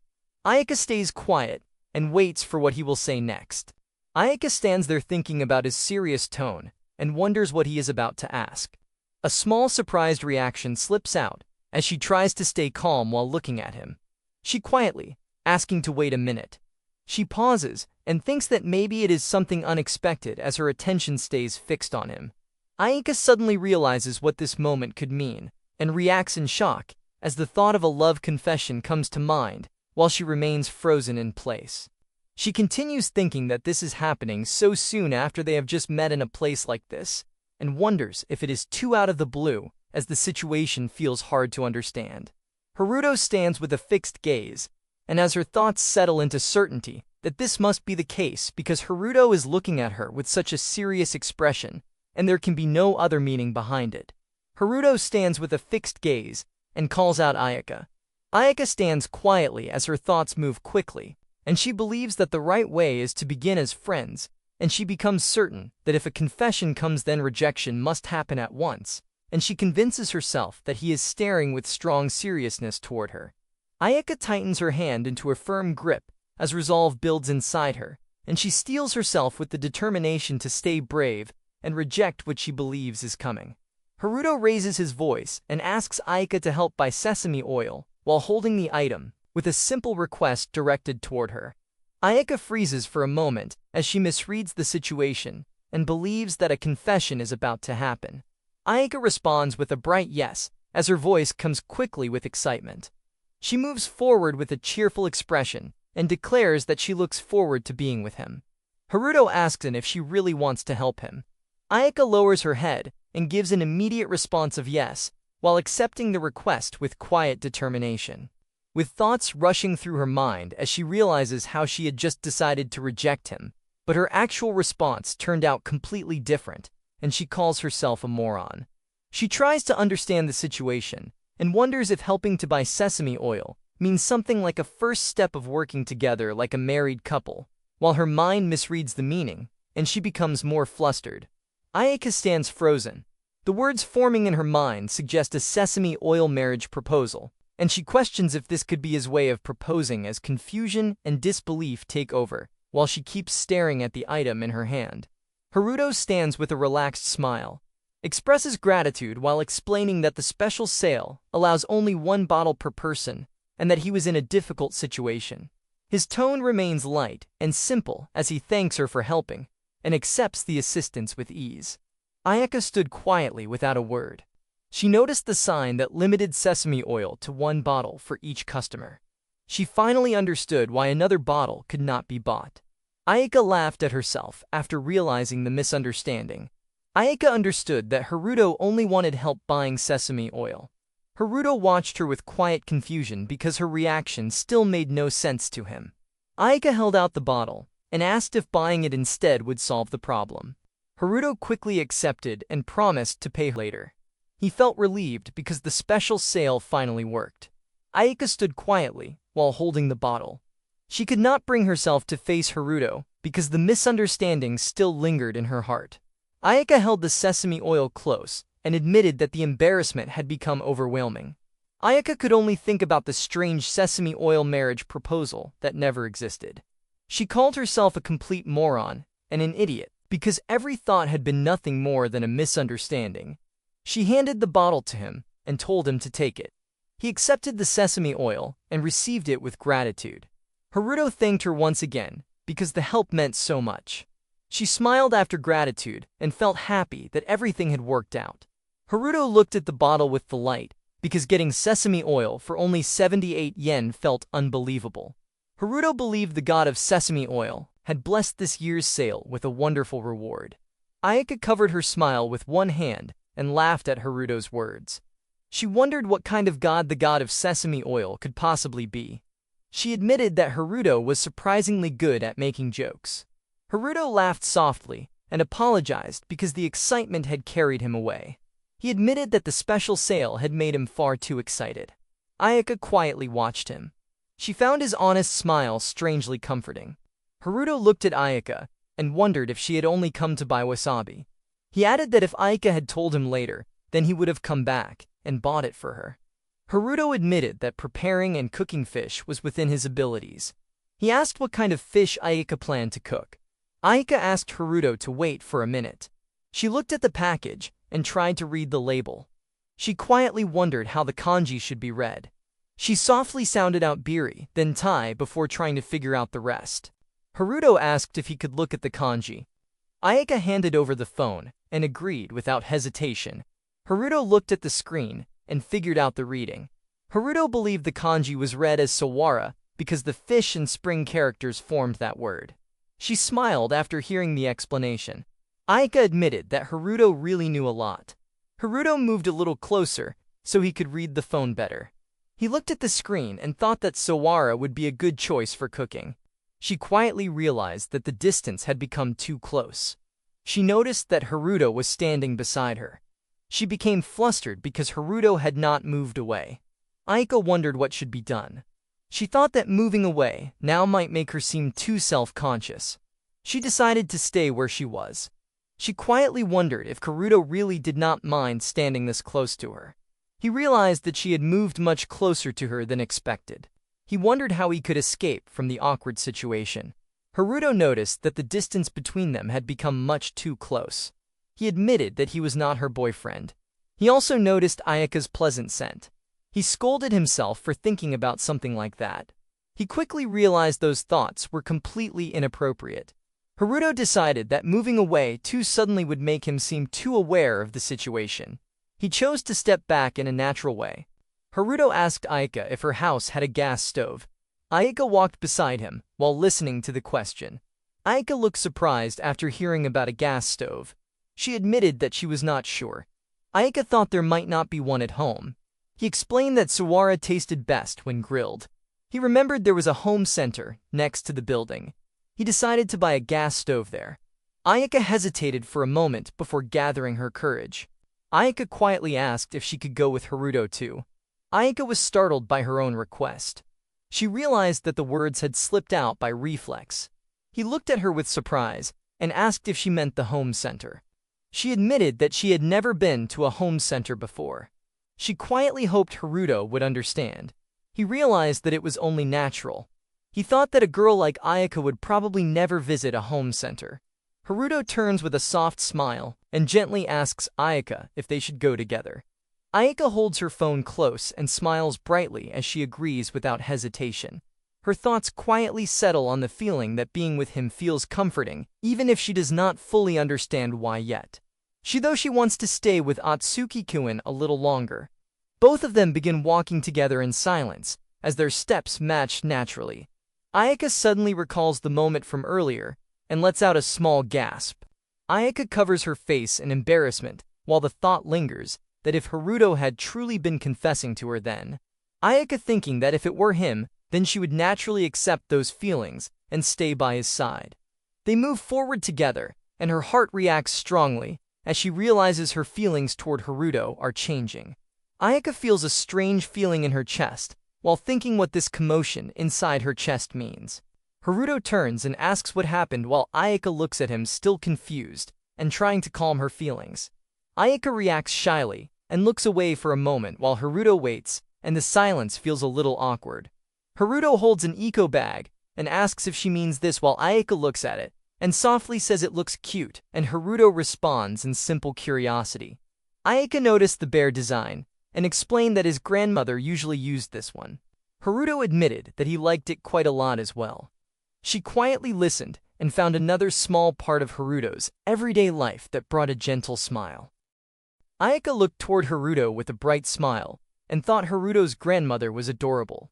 He let out a cheerful laugh and offered heartfelt gratitude for everything Ayaka had done. Ayaka stepped into the home center, and a soft sound of amazement escaped as endless rows of products stretched before her. The place held far more items than she had ever imagined, and the discovery filled her with quiet excitement. Ayaka looked around once again and admitted that she had never expected a home center to sell so many different products. Haruto watched Ayaka admire the store and explained that almost everything could be found here because of the wide variety of product lineups. Ayaka suddenly noticed something that caught her attention, and a small sound of surprise slipped out. She noticed the sign for the pet corner. Haruto wondered if taking a look there for a while would be a good idea. The simple suggestion immediately caught Ayaka's attention. Ayaka looked at Haruto with a bright smile and eagerly hoped they could visit the pet corner together. Haruto gladly agreed without any hesitation and welcomed the idea with an easy smile.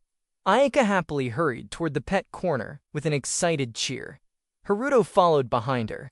Ayaka stopped before the small puppy, and a soft sound of surprise escaped her. The tiny little dog looked so fluffy that she could not hide her delight. The fluffy puppy stood before Ayaka with its tiny body full of charm. Ayaka found the little puppy so cute that her attention stayed completely on the adorable little companion. Ayaka slowly lowered herself in front of the little puppy and found it coming closer with tiny steps. Ayaka smiled while holding the little puppy and admitted that she had never known a Pomeranian puppy could be this small. Haruto quietly watched her enjoy the adorable little dog. Ayaka could not hold back her excitement because the little puppy was simply too cute. Haruto smiled softly while watching Ayaka happily play with the little puppy. Ayaka happily called Haruto and excitedly showed the tiny little paws of the puppy. The adorable sight made her smile even more as she enjoyed every little movement. Haruto quietly watched Ayaka playing with the puppy and found her unbelievably cute. He could not help staring at her as the happy scene completely caught his attention. Haruto looked at Ayaka and noticed how much she loved dogs. The question came out naturally as he wondered if she really liked them that much. Ayaka happily admitted that very few people could dislike such cute little animals. Haruto smiled and thought that visiting a petting zoo with Ayaka sounded like a lot of fun. The simple thought slipped out so naturally that he did not notice how it could be understood. Ayaka happily admitted that she also wanted to visit a petting zoo someday. Haruto suddenly became speechless after realizing what those words sounded like. Haruto quickly realized that the words had only been meant as a casual comment. Instead, they had sounded like an invitation to a date at a petting zoo. Ayaka looked at Haruto with quiet confusion, and a small sound escaped her lips. She waited for his answer, while wondering why he had suddenly become so flustered. Haruto quickly tried to explain that it was not like that, and that the words had only come out by accident. Ayaka quickly agreed, and explained that the conversation was about the zoo because Ryota really loved places like that. Ayaka smiled brightly, and repeated that Ryota really loved it. Her cheerful answer helped ease the awkward mood and brought light-hearted warmth back between them. Ayaka admitted that her parents were always busy with work. Ayaka and Ryota had never really found the chance to visit the petting zoo together. Ayaka also confessed that going there with only Ryota would make her feel a little uneasy. Ayaka shyly added that if Haruto came along too, then Ryota would be very happy. Haruto finally understood and happily accepted the explanation. Haruto realized that Ryota really loved visiting the zoo, and the misunderstanding quietly disappeared. Ayaka nervously agreed and quickly admitted that was exactly what she meant. The hurried answer carried a quiet effort to make her thoughts clear. Ayaka smiled shyly and softly explained that was the reason. A quiet sound escaped as she searched for the right words and hoped Haruto would understand what she wanted to say. Haruto looked at Ayaka with a gentle smile after hearing her explanation. The misunderstanding had faded away, and his heart finally felt at ease. Haruto smiled and suggested visiting the zoo together next time. Haruto quickly added that Ryota would come too, and that the three of them could enjoy the trip together. Ayaka softly agreed with a shy voice. Ayaka repeated that the three of them would go together with Ryota, and quietly accepted Haruto's invitation. Ayaka smiled quietly while the happy promise still remained in her heart. Haruto paused for a moment as the silence lingered between them. Haruto suddenly remembered the reason they had come and realized they still needed to buy the gas stove. Ayaka quickly agreed that buying the gas stove should come first. Haruto and Ayaka quietly walked side by side toward the next stop. Their footsteps naturally matched as they left the pet corner behind and headed for the home center. Haruto and Ayaka quietly walked side by side after leaving the home center. Haruto nervously asked if it would be all right for him to visit Ayaka's house again later. Ayaka softly agreed and accepted the idea without hesitation. Haruto brought up the zoo plan once more. Ayaka looked at him with a gentle smile and quietly asked if the conversation was about that plan. Haruto suggested talking about the zoo later and deciding the schedule and everything else another time. She understood and happily agreed that they should do that then. Haruto smiled awkwardly and said goodbye for now while promising to see Ayaka again later. The simple farewell carried a quiet warmth that made him linger for a moment before leaving. She waved gently and returned the goodbye with a soft smile. She wished Haruto farewell and looked forward to the next time they would meet again. Haruto quietly walked away from the home center while carrying the shopping bag. Ayaka headed in the opposite direction, and the distance between them slowly grew. Haruto suddenly stopped and turned around. Something quietly drew his attention back toward Ayaka before he continued on his way. Haruto and Ayaka remained standing apart while their gazes naturally met once again. Ayaka had also stopped walking and quietly looked back at Haruto. Even after saying goodbye, she still found herself wanting one more look at him. Haruto watched Ayaka's back as she slowly walked farther away. Haruto suddenly wondered if he had broken one of his own rules. Haruto quickly reminded himself that Ryota would be there too, so it could not really be a date. Haruto decided he must have misunderstood the situation and tried to calm his thoughts before walking on. Haruto suddenly remembered a question someone had once asked him. The thought returned with unexpected clarity as he recalled whether he would still do nothing even if Ayaka openly showed her feelings for him. He could no longer ignore that his own feelings were slowly becoming impossible to overlook. Haruto let out a quiet sigh and decided to stop thinking about it for now. Haruto turned his attention to cooking fish for today and walked home while trying to clear his mind. Later, Haruto arrived at the entrance and asked for pardon for the intrusion after returning from the supermarket outing with Ayaka. Iki welcomed Haruto with a bright smile and let him know he was welcome. Ryuta suddenly rushed over while calling for Haruto to come quickly because the fish were looking great. He almost lost his balance and reacted with a quiet whoops. Haruto hurried toward Ryuta after hearing the urgent call. Ryuta excitedly urged Haruto to come quickly because the fish were looking great. Shuichi welcomed him with a bright smile.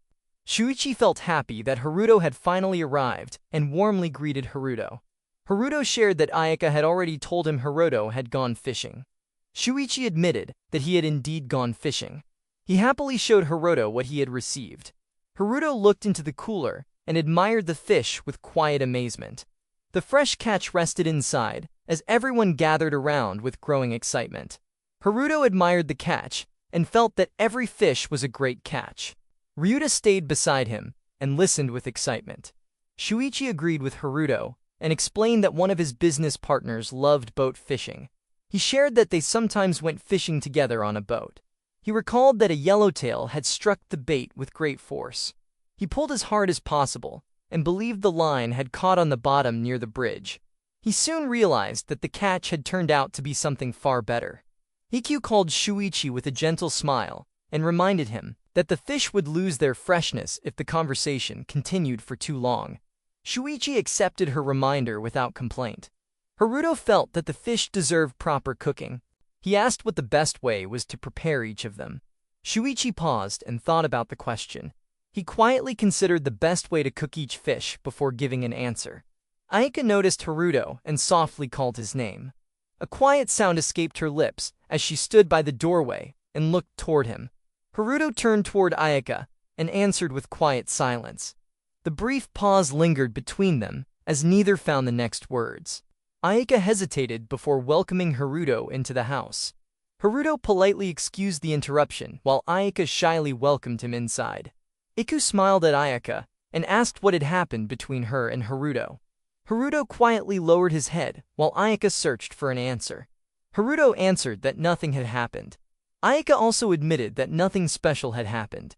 Iku smiled with quiet amusement and told Haruto that Ayaka was about to prepare a meal full of love for everyone. Iku asked what Haruto wanted to eat while Ayaka could only respond with quiet surprise. Iku looked toward Haruto and called his name with playful warmth. Haruto agreed with a smile and promised that he would happily put his whole heart into the cooking. Ayaka heard those words and suddenly believed Haruto would put his whole heart into cooking only for her. The thought left Ayaka frozen in surprise. Haruto quickly explained that his effort was not only for Ayaka, but for everyone. Ayaka gently told Iku to stop teasing Haruto, while Iku warmly praised Haruto and found him truly charming. Ayaka gently told Iku to stop teasing Haruto, while Iku warmly praised Haruto and found him truly charming. Ryota eagerly called for Haruto and happily declared that sashimi was exactly what he wanted to eat. His excitement quickly spread through the room as he looked forward to the fresh meal. Shuichi explained that fresh fish were usually prepared as sashimi because that was the way most people enjoyed them. Haruto agreed with the idea and suggested serving them as 3 different styles of sashimi. Haruto suggested grilling one of the fish and making a rich broth from the yellowtail marrow. Iku felt that the idea sounded wonderful and gladly encouraged him to prepare it. Haruto understood the plan without hesitation and decided to begin preparing and cooking the meal for everyone. Haruto carefully drew the knife across the fish and cleanly sliced through it. Every precise cut showed steady skill as the preparation continued without hesitation. The smooth rhythm of each movement revealed long practice and quiet confidence. Shuichi watched Haruto work and admired how skillful his hands were. Simply watching the careful preparation impressed him and earned Haruto's sincere praise. Haruto gratefully accepted the compliment and humbly thanked Shuichi for his kind words. Iku wondered whether Haruto might teach her how to cook fish. Haruto welcomed the idea and happily promised to teach Ayaka if she truly wanted to learn. Iku felt pleasantly surprised by the answer and quietly accepted Haruto's offer with growing anticipation. Iku invited Ayaka to join everyone. Ayaka hesitated and softly wondered whether joining them was truly the right choice. Iku suddenly realized that if Ayaka's future husband was someone like Haruto, then learning to cook fish might not even be necessary. The playful remark reached everyone without restraint and carried an unmistakable meaning. Ayaka froze in complete surprise and quickly protested that Iku should not say such things in front of Haruto. Embarrassment filled Ayaka as she tried to stop the teasing before Haruto could react further. Iku quickly insisted that she had only said someone like Haruto and not Haruto himself. Ayaka desperately tried to correct the misunderstanding, while hoping those words had not been taken the wrong way. Iku laughed softly and asked Haruto to continue being friends with Ayaka, even if Ayaka could sometimes be a little absent-minded and dreamy.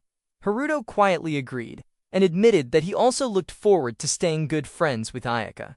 His honest answer carried quiet sincerity and reached Ayaka without hesitation. A silent glance passed between them, and neither Haruto nor Ayaka could look away for long. Ayaka gently held her face as Haruto's words settled in her heart. Haruto fell into thoughtful silence as the room became quiet around him. The lingering feelings from the conversation stayed close and refused to leave his mind. Shuichi quietly considered everything that had happened and slowly reached a conclusion. Shuichi realized that if Ayaka married Haruto, then Haruto would become his son-in-law. The thought lingered in Shuichi's mind as quiet understanding took shape. Ayaka and Haruto turned toward each other at the very same instant. Shuichi admitted that he did not feel ready to let his precious daughter get married yet. Ayaka quickly stopped Shuichi and insisted that he should stop imagining such strange things on his own. Haruto froze in complete surprise as the unexpected question caught him without any chance to prepare an answer. Ryuta looked at Haruto with innocent curiosity and asked if Haruto was truly going to marry Ayaka. Haruto could only watch her in quiet surprise as the unexpected conversation left both of them unable to find any words. Ayaka hurried toward Ryuta and begged him to stop talking. She pleaded with him not to say those things because Haruto was holding a knife, and those words could distract him. Ryuta innocently wondered if Haruto married Ayaka, then Haruto would become his real older brother. Ayaka could only let out a stunned sound, as the innocent question left her completely flustered. Ayaka desperately begged everyone to stop talking about marriage.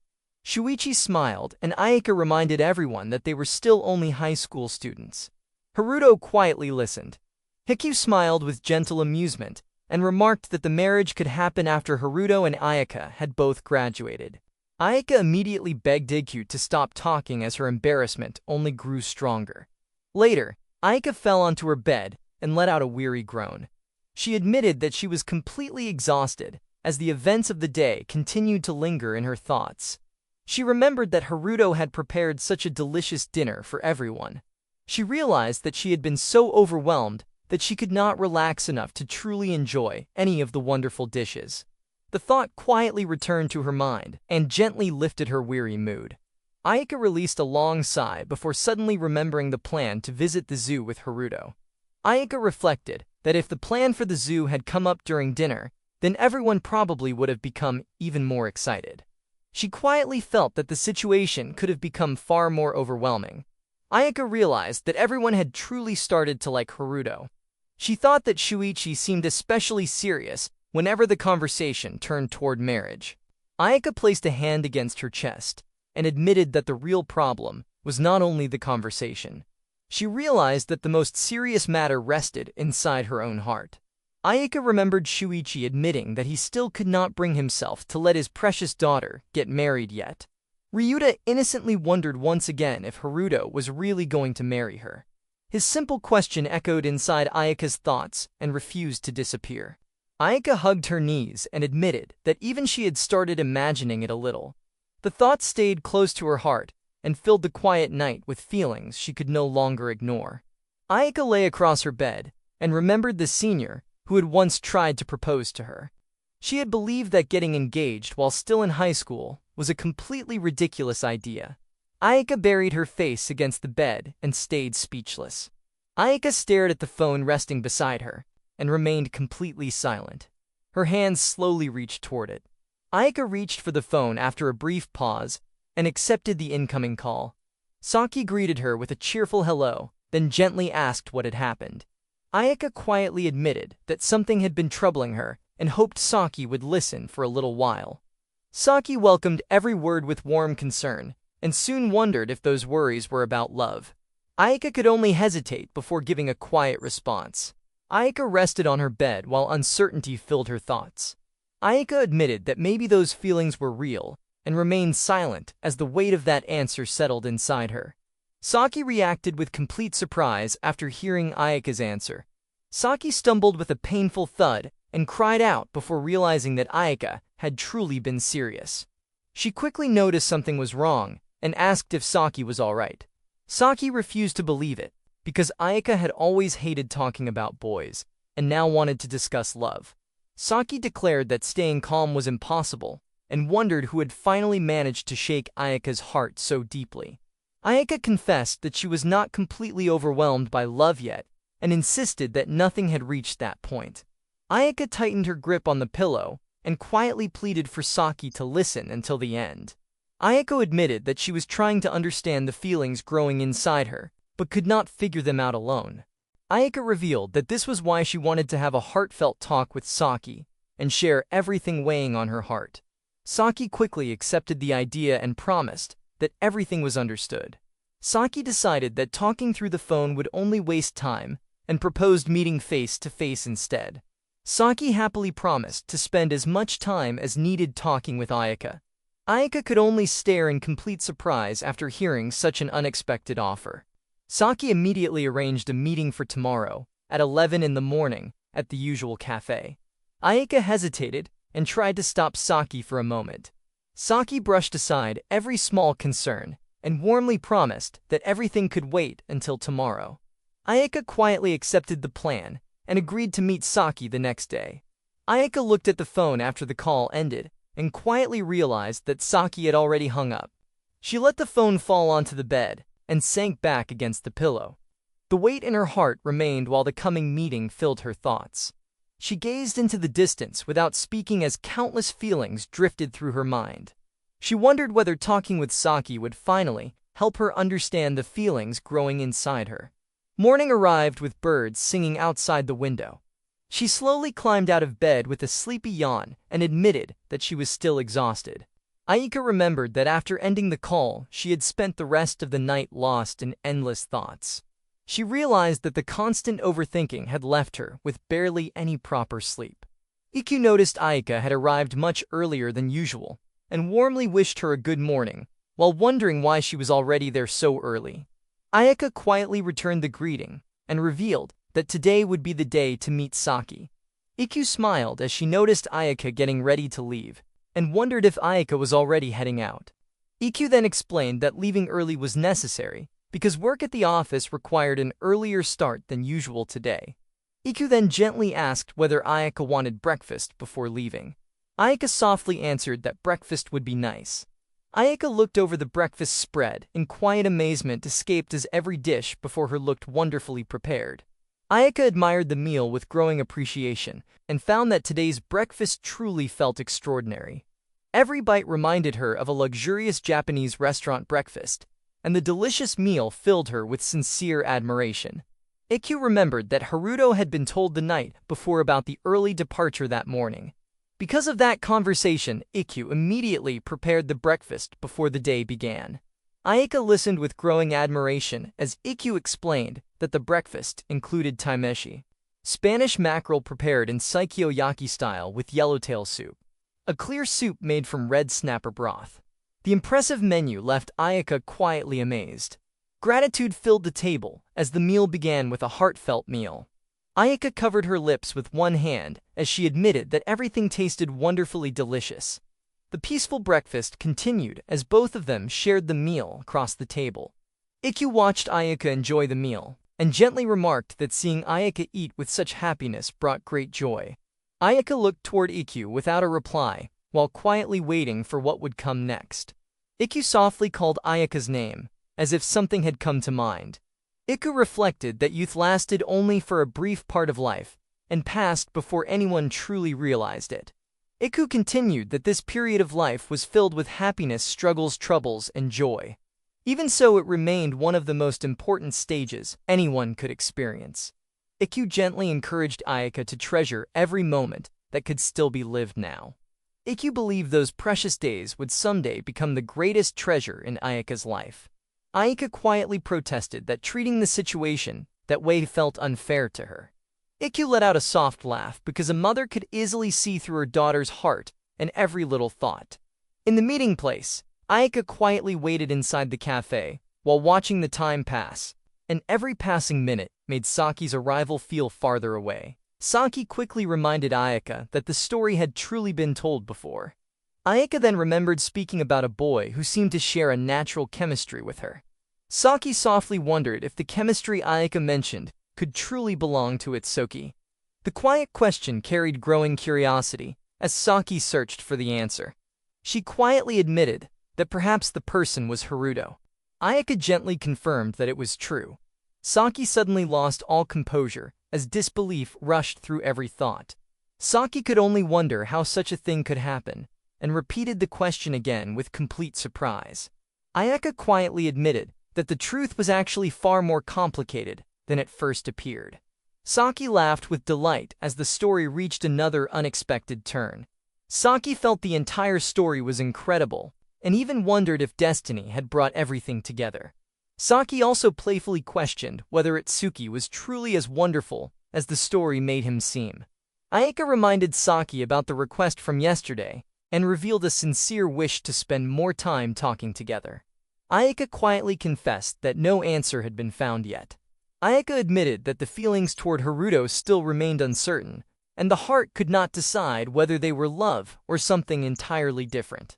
Ayaka remembered that Saki had once experienced having a boyfriend. Ayaka believed that memory might help and hoped Saki could offer an answer that would finally make those confusing feelings easier to understand. The silence lasted for a while as Saki carefully considered everything Ayaka had shared. Saki finally understood why Ayaka had no experience with feelings like these. Saki realized Ayaka had avoided boys for many years, and naturally had no idea how to understand such emotions. Saki suddenly burst into laughter and called Ayaka unbelievably adorable. Saki teased that Ayaka had barely slept the previous night because of those feelings. Ayaka protested and begged Saki not to make fun of the situation. Saki quickly apologized with a cheerful smile and admitted the teasing had gone a little too far. Saki quietly hummed as another thought formed. Saki wanted to confirm one last detail and pointed out that Itsuki had stayed in Ayaka's thoughts almost every day recently. She confirmed the uncertainty remained because the heart still could not tell whether those feelings were love or only admiration. Ayaka gently admitted that Saki had understood everything correctly. Saki accepted the answer with a thoughtful nod. The next words carried the beginning of an answer that Ayaka had been waiting to hear. Saki suddenly asked Ayaka to introduce Haruto. The unexpected request carried complete confidence, as if the answer had already been decided. Ayaka could only stare in complete disbelief. The unexpected proposal left Ayaka speechless, and only a confused reaction escaped. Ayaka questioned the reason behind such a request. Ayaka could not believe Saki was serious, and hoped the entire suggestion was only a joke. Saki immediately denied that it was a joke.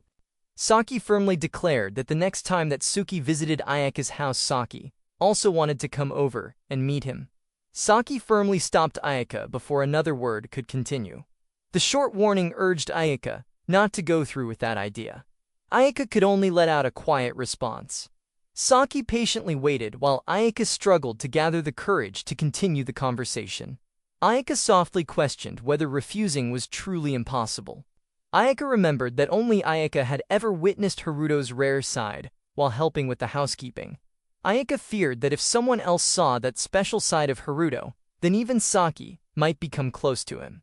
Ayaka quietly admitted that the thought alone felt painfully unbearable. Ayaka understood that such a thing could never be allowed to happen. Ayaka remembered that Saki was a genuinely charming girl. Saki could become comfortable around boys without difficulty, and always found interesting conversations with remarkable ease. Ayaka imagined Saki becoming good friends with Haruto. Ayaka suddenly froze as the thought struck deeply. Ayaka felt her thoughts whisper that everything precious might be stolen. Surprise rushed through her mind while a soft breath escaped with a startled sound. Her body reacted at once as a swift movement followed, and left her unable to understand what had just happened. Saki wondered whether Ayaka was truly worried that Haruto's attention might be stolen away. Ayaka could only respond that maybe that was true. Saki asked why Ayaka would feel that way if those feelings truly existed. Ayaka quietly questioned why such emotions had taken root inside her heart. Saki gently explained that if Haruto became close with Saki, then Ayaka would lose the chance to witness his rare side, because someone else would share that place instead. Ayaka slowly realized that losing sight of Haruto's rare side to someone else was something she truly hated. Ayaka questioned why those feelings existed. Ayaka wondered if that meant Haruto was someone she wanted to keep only for herself. The question remained without an answer as her heart searched for the truth. Haruto's gentle smile quietly appeared within Ayaka's thoughts. Ayaka finally understood. The truth slowly unfolded before her, and Ayaka realized what those feelings truly meant. Saki gently asked whether Ayaka was truly in love with Haruto. Ayaka quietly wondered if those feelings really meant love. Saki believed that was almost certainly the answer. Saki noticed that Ayaka still looked unconvinced. Ayaka admitted that she still could not understand those feelings no matter how much she thought about them. Ayaka lowered her gaze and accepted that she still did not understand her own heart. Those uncertain feelings remained inside her as she searched for an answer. Ayaka desperately questioned which part of Haruto had captured her heart. She also wondered when those feelings had begun because the answer refused to appear. She remembered that her first close encounter with Haruto had only happened at the beginning of summer break. Ayaka could not understand how such deep feelings had grown in such a short time. Ayaka recalled how many romance manga made the moment of falling in love completely obvious. Those stories often devoted an entire double page to that single scene and made every feeling impossible to miss.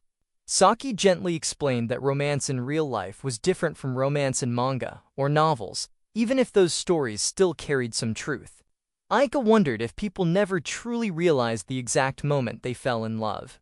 Saki assured her that love rarely worked in such a simple way. Saki explained that before anyone noticed, their heart had already chosen someone. That person quietly remained in every thought and naturally became the one who filled every moment of the day. Ayako admitted that even if those feelings were real, she still could not understand what had started them. Saki quietly focused on one word and repeated that the trigger was what troubled Ayako. Ayako believed the trigger should have been obvious. Saki smiled softly because the answer was already waiting to be revealed. Saki prepared to explain the reason. Ayaka could only watch with quiet surprise as she waited for the answer that might finally untangle her heart.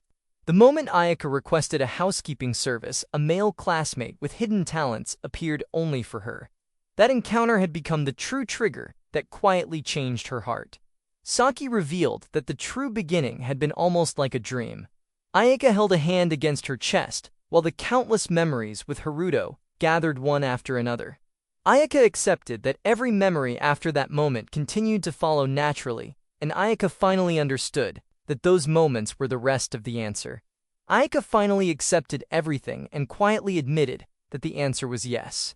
Ayaka understood that this was the journey of how love for Haruto had quietly grown inside her heart, and the answer finally became clear. Saki felt happy because Ayaka had finally reached the answer that had been waiting within her heart all along. Saki watched Ayaka with a satisfied smile. Saki realized Ayaka had finally understood everything, and Ayaka had finally recognized the feelings within her heart. Ayaka's first love had now truly begun. Ayaka held the drink in her hands while the next words slowly formed within her heart. Ayaka could only think about a confession. Ayaka quietly accepted that the truth had become clear. Ayaka had truly fallen in love with Haruto, and the next step naturally came into her mind. Saki noticed Ayaka softly murmured in surprise while watching the change in her expression. Ayaka suddenly panicked as the thought of confessing to Haruto filled her mind. Ayaka wondered if a confession to Haruto should really happen. Saki gently told Ayaka there was no need to rush. Ayaka wondered if a confession should really wait and quietly accepted Saki's advice. Saki explained that a confession was the final level. Saki believed many steps had to be completed before reaching that destination, and Ayaka quietly accepted that there were still many levels ahead. Saki looked at Ayaka with confidence and explained that the first level was becoming much closer to Haruto. Ayaka quietly listened while the new goal settled firmly inside her heart. Saki revealed that the next step was asking Haruto out on a date. Ayaka froze as the idea of a date with Haruto suddenly filled her mind. Ayaka remembered that Haruto had already invited Ayaka to visit the zoo together. Saki immediately realized that opportunity had already appeared before Ayaka. Saki jumped up in complete shock after hearing the truth. Saki was still amazed because Ayaka had already managed to reach that stage with Haruto. Ayaka shyly admitted that the outing was not really a date because Ryota would also be going to the zoo. Saki realized Ryota would also join the trip and understood Haruto probably would not notice it was meant to feel like a date.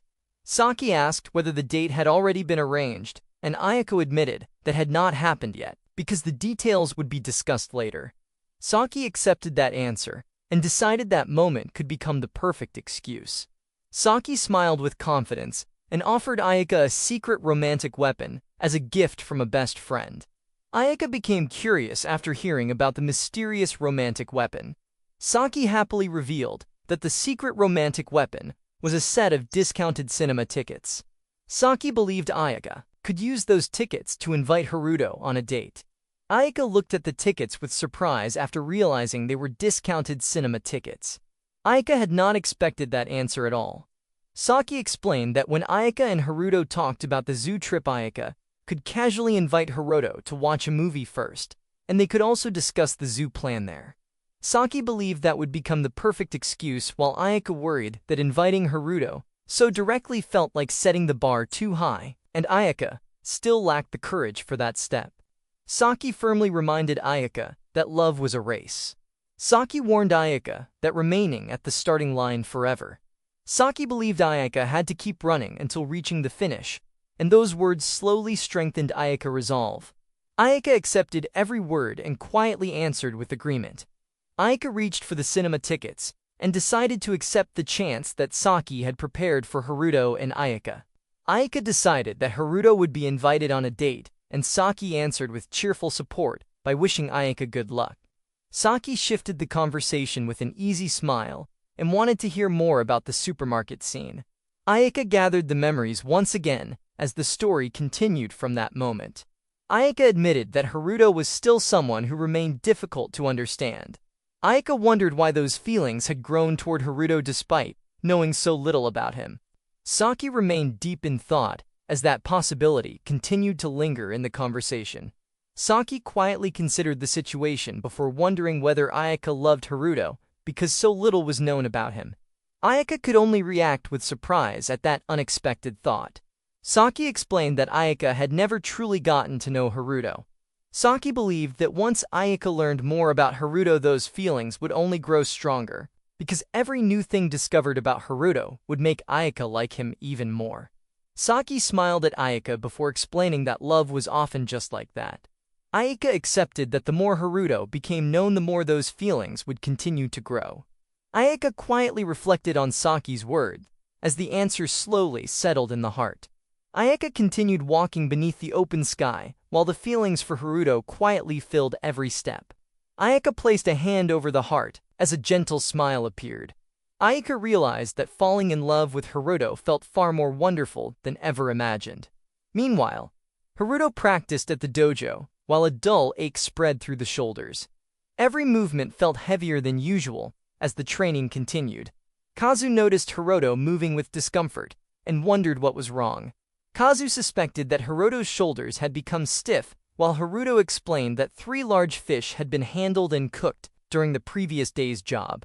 Kazu shifted the conversation toward Haruto's part-time job and wondered whether Haruto worked at a fish shop or somewhere similar. Haruto denied that idea and explained that housekeeping services had become the part-time job. Shizuka quietly appeared behind Haruto and declared that Haruto would be hired for life. Shizuka wanted Haruto to keep handling every housekeeping task forever. Haruto suddenly realized that Shizuku had quietly approached without notice and reacted in surprise. Shizuku explained that anyone unable to sense that presence would never reach the highest level of karate. Haruto admitted that the shoulders had become a little stiff after the recent work. Shizuku immediately decided to help by offering a shoulder massage for Haruto. Shizuka confidently raised both hands and declared that those fingertips had mastered the art of massage. Shizuka claimed that once the massage began, Haruto would never want to live without Shizuka's presence again, while Haruto could only find that promise strangely frightening. Shizuka decided they should sit first before anything else. Shizuka let the words flow with repeated hesitation before settling on sitting down for now. Shizuka placed both hands on Haruto's shoulders and wondered how it felt. Shizuka wanted to know whether the massage already felt good. Shizuka quietly observed Haruto and wondered whether Haruto had started feeling unable to live without Shizuka's presence anymore. Haruto admitted it seemed that way. Haruto even believed life would no longer feel complete without Shizuku anymore. Shizuka quietly accepted Haruto's answer and remained silent while keeping that response in mind. Shizuka suddenly grabbed Haruto without warning. Shizuka quickly celebrated the successful move after catching Haruto. Shizuku immediately started tickling Haruto without stopping. Haruto tried to stop Shizuku and called Shizuka's name while laughing uncontrollably. Haruto begged Shizuku to wait, yet the endless tickling continued. Shizuka continued attacking with relentless tickles while repeating the playful assault again and again. Haruto laughed even harder while calling for Kazu's help. Kazu watched the scene and realized Haruto and Shizuka truly got along very well. Shizuka let out a satisfied breath after finishing the attack. Shizuka asked whether Haruto had finally learned the power of Shizuka's hands. Haruto struggled to catch his breath and wondered what had just happened. Shizuka explained the tickling had been punishment for playing with a maiden's pure feelings. Haruto questioned what a maiden's pure feelings even meant and could only stare at Shizuku in confusion. Kazu wondered whether Shizuku had gone a little too far with the punishment. Haruto quickly agreed and questioned why Kazu had not stopped Shizuka sooner. Kazu corrected the conversation and explained the question was about Haruto's part-time job. Kazu wondered whether working for someone else's household was difficult and asked whether Haruto ever became tired of it. Haruto answered that exhaustion never bothered him because Haruto had chosen that job on his own. Haruto firmly insisted there was nothing to complain about. Haruto explained the family always treated Haruto with kindness. Haruto felt happy seeing them satisfied with the housekeeping service and enjoying every meal Haruto prepared. Haruto felt nothing but sincere gratitude. Ayaka quietly thought that everything became even more meaningful after hearing Haruto's honest feelings. She gently smiled while watching Haruto. He concluded that choosing the housekeeping part-time job had been the right decision. Haruto smiled with confidence because every experience had strengthened that belief. Kazu understood Haruto's feelings and felt glad that Haruto had finally found the part-time job Haruto truly wanted. Haruto happily agreed with Kazu's words. Haruto noticed Shizuku quietly approaching and wondered what had gotten into Shizuku. Shizuku raised both hands and innocently asked whether Haruto would allow another round of tickling. Haruto shouted and demanded to know why Shizuku was doing this while begging Shizuku to stop messing with Haruto. Shizuku suddenly chased Haruto across the dojo because Haruto had somehow annoyed Shizuku for no clear reason. Next day, Haruto happily confirmed the cleaning had gone well. Haruto felt satisfied with the progress and prepared to continue the next step. Haruto carefully scrubbed the bathroom until every surface became clean. The brush moved again and again while Haruto worked with steady dedication. Haruto reminded himself that the next step was to rinse everything thoroughly. Ayaka suddenly found Haruto in front of her and cried out in complete surprise. Haruto also reacted with shock as the unexpected encounter caught both of them completely off guard. Haruto politely apologized because Haruto had not realized Ayaka was there. Haruto immediately asked whether there was anything Haruto could help with. Ayaka hesitated for a moment before gathering enough courage to speak. Ayaka slowly admitted there was something important to discuss. Ayaka finally revealed that Ayaka had been wondering whether Haruto could help for a while. The request came carefully because Ayaka still felt uncertain. Ayaka nervously tried to ask whether Haruto had type A. The words became stuck several times because Ayaka could not bring the question out smoothly. Ayaka finally asked whether Haruto is a type with an embarrassed smile. Haruto looked confused because the sudden question seemed completely unexpected. Haruto thought Ayaka was asking about Haruto's blood type and answered with that assumption. Ayaka quickly realized the misunderstanding and awkwardly explained that Haruto's cleaning results were remarkably clean and that Haruto worked with careful precision. Haruno explained that Haruno had type O blood. Haruno also admitted that Haruno's bedroom was actually a little messy, so Ayaka would not misunderstand Haruno. Ayaka quietly accepted that Haruno's blood type was type O. Ayaka reflected on the answer while trying to understand what it meant. Haruto asked about Ayaka's own blood type and revealed that Ayaka had type B blood. Haruto finally understood the real reason behind the question and admitted the conversation had unfolded in a completely unexpected way. Haruto admitted that Haruto had always believed Ayaka had type AB blood. Haruto explained that Ayaka rarely mingled with other people and always seemed mysterious. Haruto believed Ayaka had always been like a flower beyond Haruto's reach. Ayaka quietly understood how Haruto had formed that impression. Haruto looked at Ayaka with a gentler expression while preparing an honest answer. Ayaka softly asked whether Haruto still thought of Ayaka that way. Haruto fell silent for a moment before admitting that he felt a little differently now. He explained that they had become much closer than before. He continued by admitting that he had realized Ayaka was simply a normal girl in the best possible sense. Ayaka immediately moved closer to Haruto with a bright smile. Ayaka happily asked whether he was truly serious after hearing Haruto's honest words.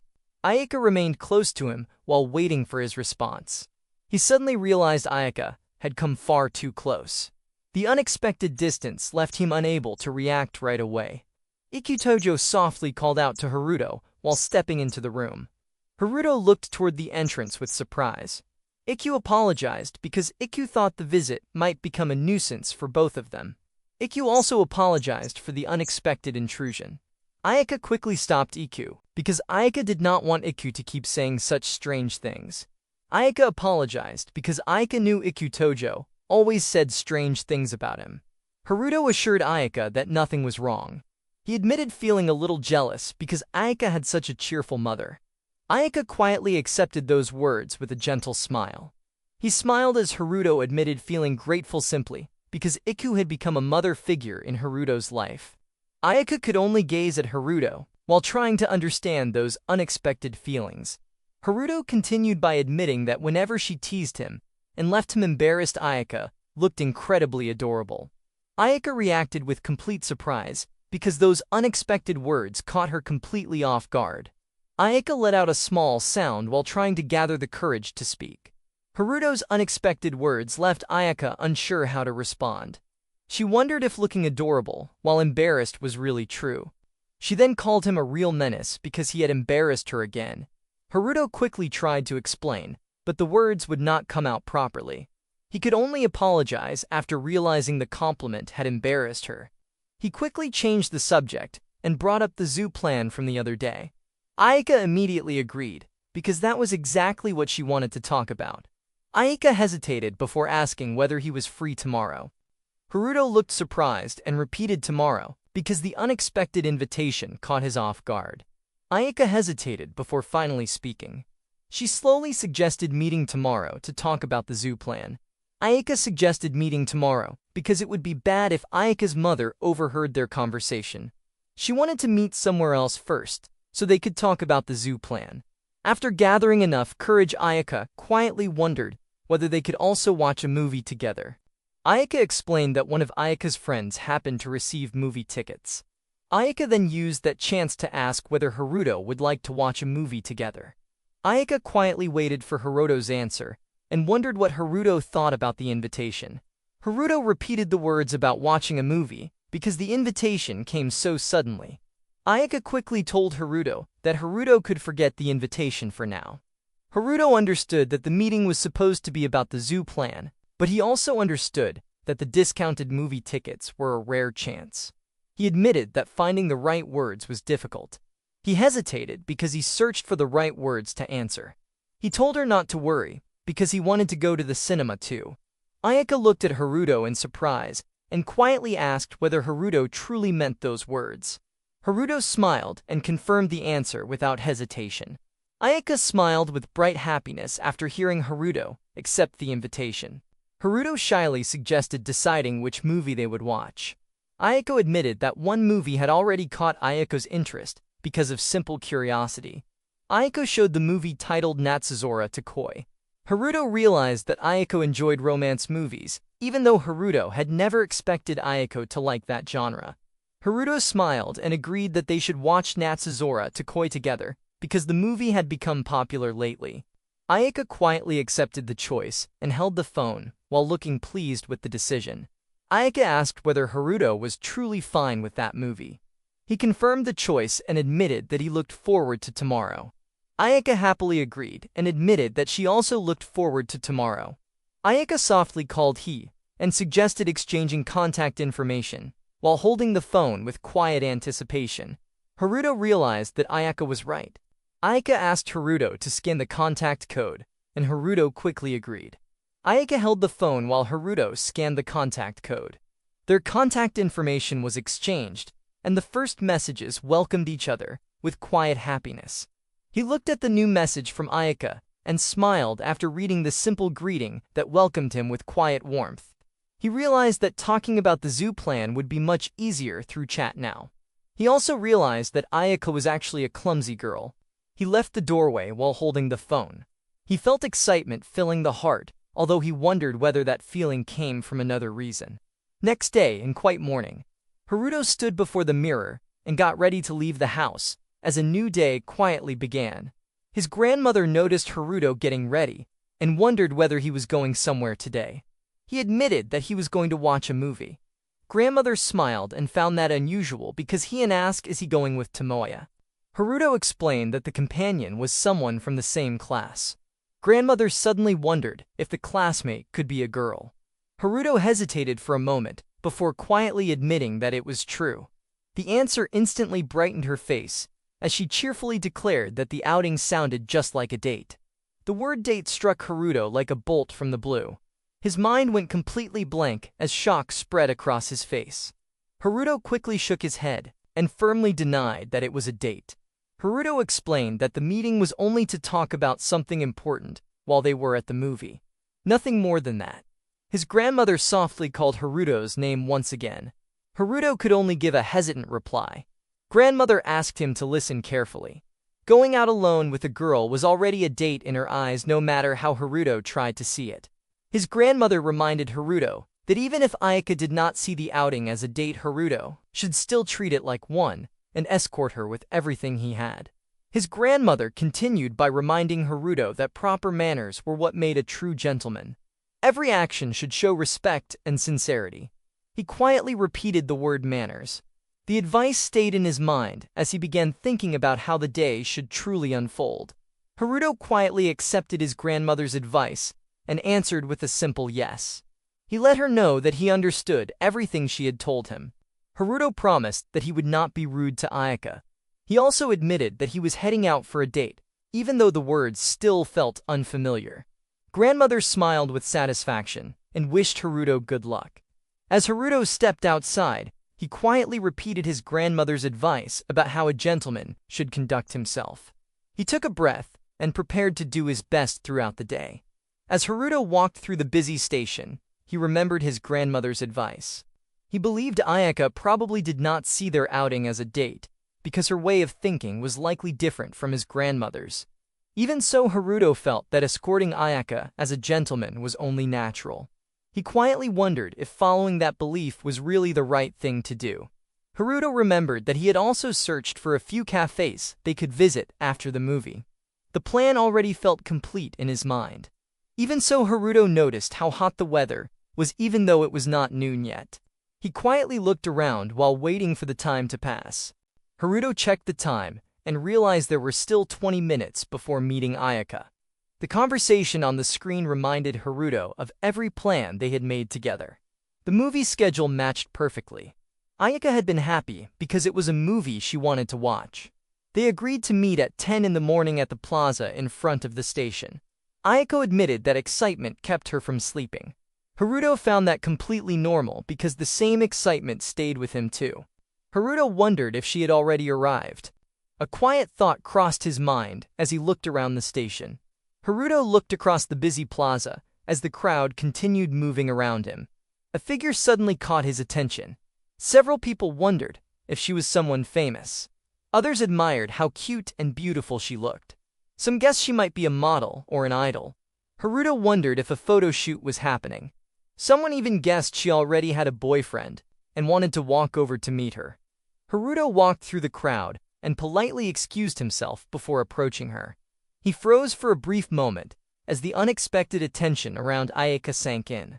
Haruto finally spotted Ayaka among the crowd. Ayaka stood quietly as she waited for him and looked just as beautiful as Haruto remembered. Haruto already knew that Ayaka was cute. Even so, he never expected her appearance to draw this much attention from everyone around her. Haruto looked at Ayaka once again and quietly admitted that she looked exactly as expected. Ayaka stood waiting for him with both hands held together as her gentle presence naturally drew his attention. Before Haruto could walk over, someone suddenly called out to him and caught his attention. Haruto turned toward the unexpected voice as surprise crossed his face. He immediately greeted Ayaka with a cheerful wave and called out her name. Ayaka turned toward him as soon as she heard her name, and her attention shifted away from the people around her. Ayaka greeted Haruto with a bright smile. Her cheerful greeting reached Haruto at once and made the distance between them feel much smaller. Haruto froze the instant Ayaka smiled at him and called his name. The sound of his heartbeat seemed to echo inside his chest as surprise completely took over his thoughts. Haruto apologized for making Ayaka wait. Ayaka quickly assured Haruto that everything was fine because she had only just arrived as well. He accepted those words with relief before suggesting that they should head out together. Ayaka happily agreed, and both of them started walking side by side through the busy street. Ayaka looked at him with a gentle smile and happily believed that today's movie was going to be fun. Haruto admitted that the movie sounded exciting and that he was looking forward to it as well. Haruto stayed silent for a brief moment as he gathered enough courage to say what had been on his mind. Ayaka quietly turned toward him, while his gentle reply remained in her heart. Haruto finally told Ayaka that she looked very lovely today. The unexpected compliment caught Ayaka completely by surprise and left her speechless for a moment. Ayaka shyly searched for confirmation and wondered if Haruto truly meant those words. Haruto admitted that Ayaka looked more mature today, while her natural cuteness still remained. Every honest word came straight from his heart, and every compliment made Ayaka quietly accept the warmth behind his gaze. Haruto hesitated for a brief moment before admitting that Ayaka was truly very attractive. His own words embarrassed him because they came out more directly than expected, and even Haruto realized that he had stumbled over the confession. Ayaka softly thanked Haruto, while gently biting her lip to hide the happiness growing inside her. Her quiet gratitude carried more meaning than any long reply. Haruto immediately wondered if the compliment had sounded a little creepy. The thought caught him off guard, and he quietly tried to recover from the awkward feeling before it grew any worse. Their footsteps continued side by side as a quiet pause settled between them. Ayaka softly murmured a hesitant reply. Ayaka quietly told Haruto that he looked really cool today as well. Haruto listened in silence while the unexpected compliment reached him more deeply than expected. Ayaka admitted that Haruto always looked cool. Ayaka also felt that today Haruto looked more mature than usual. Haruto remained speechless as Ayaka's sincere praise settled in his heart. Haruto quietly thanked Ayaka for the heartfelt compliment. Ayaka softly admitted that those words were true while shy happiness gently appeared across her face. Silence naturally settled between Haruto and Ayaka as they continued walking together. Haruto quietly wondered what had just happened. Haruto looked ahead and softly admitted that the movie was going to be fun. Ayaka happily agreed that the movie was definitely going to be fun. Their matching thoughts gently carried both of them forward. They arrived at the movie theater, and Haruto looked around the lobby. Haruto walked toward the concession counter, while preparing to buy snacks for both of them. He gently asked whether her usually bought popcorn and other snacks before watching a movie. Ayaka admitted that the choice depended on the day, but sharing popcorn together always felt nice. Haruto happily agreed that they could do the same today. Haruto quietly decided to take the lead and make sure everything went smoothly for Ayaka during their time together. Haruto told Ayaka that he would buy the snacks and asked her to wait for a while. Haruto added that she could also look around the shop if anything caught her interest. Ayaka quietly agreed and decided to wait. Haruto joined the long line at the concession stand and quickly realized that buying snacks would take quite a while. Even so, Haruto patiently stayed in line while keeping Ayaka in mind.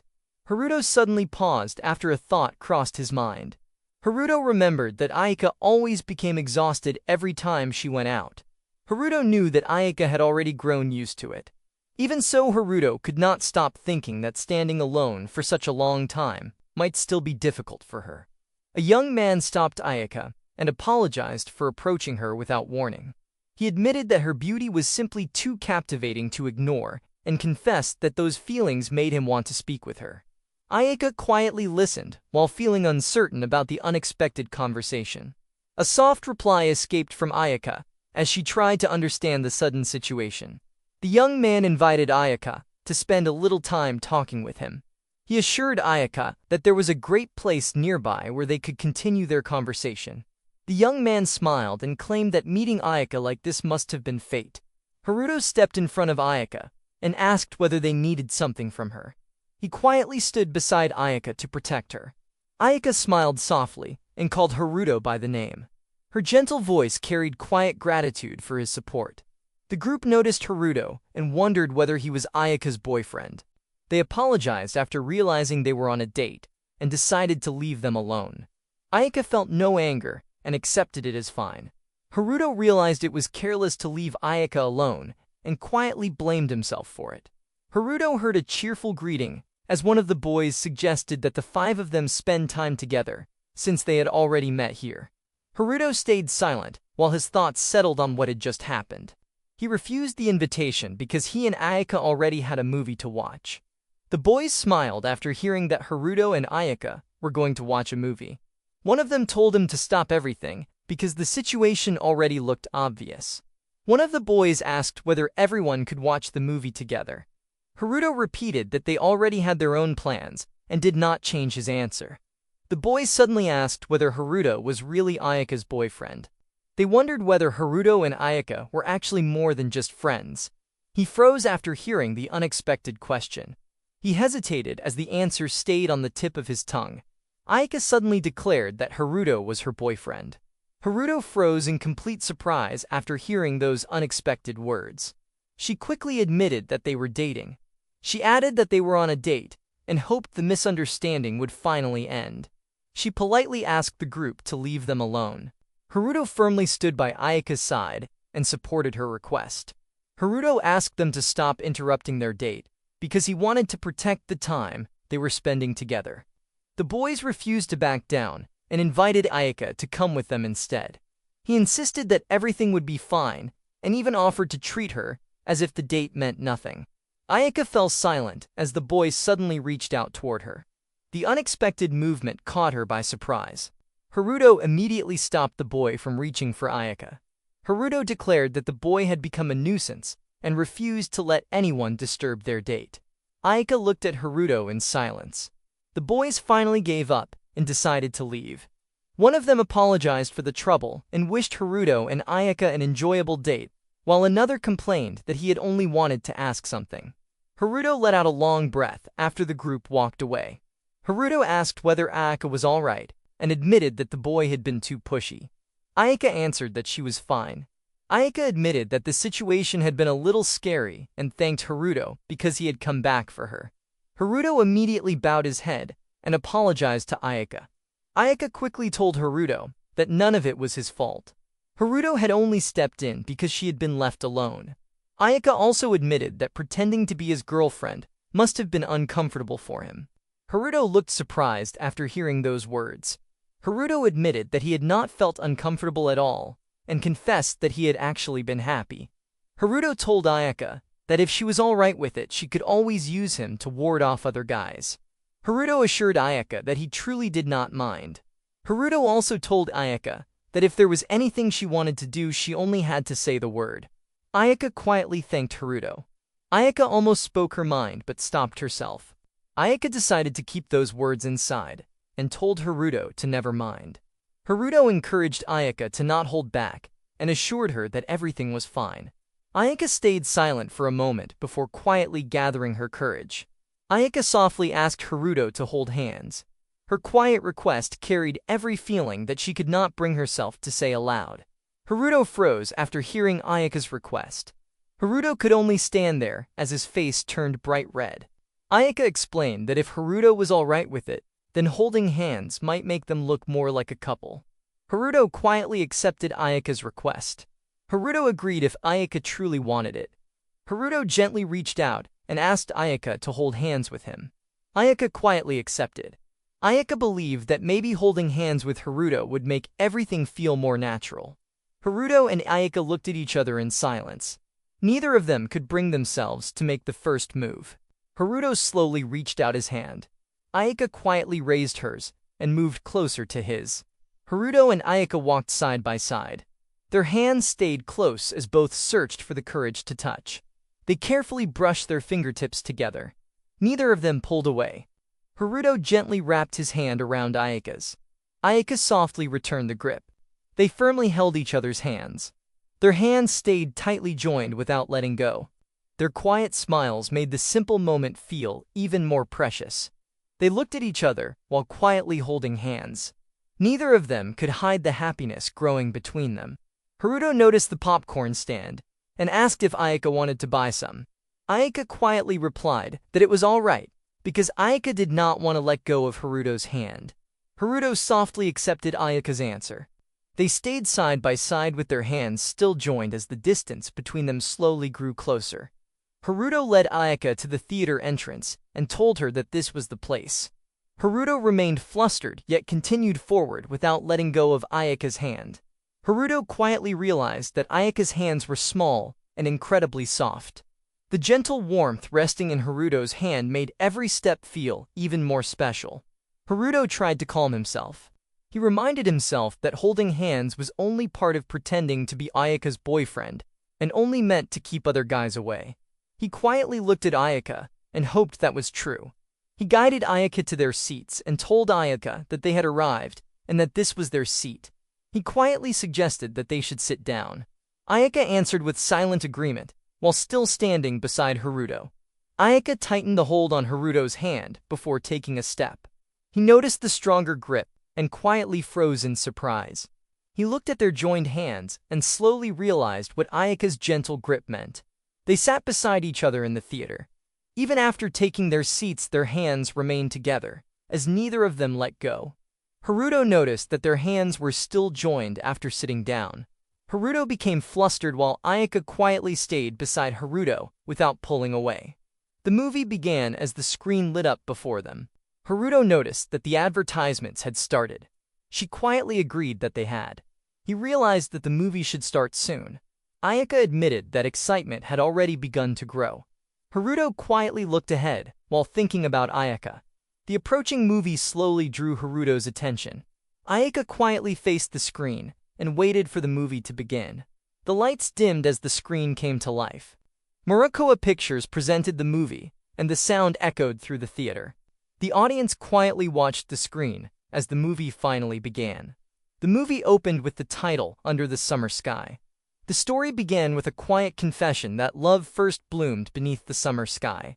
Ayaka quietly watched the movie while every scene held her full attention.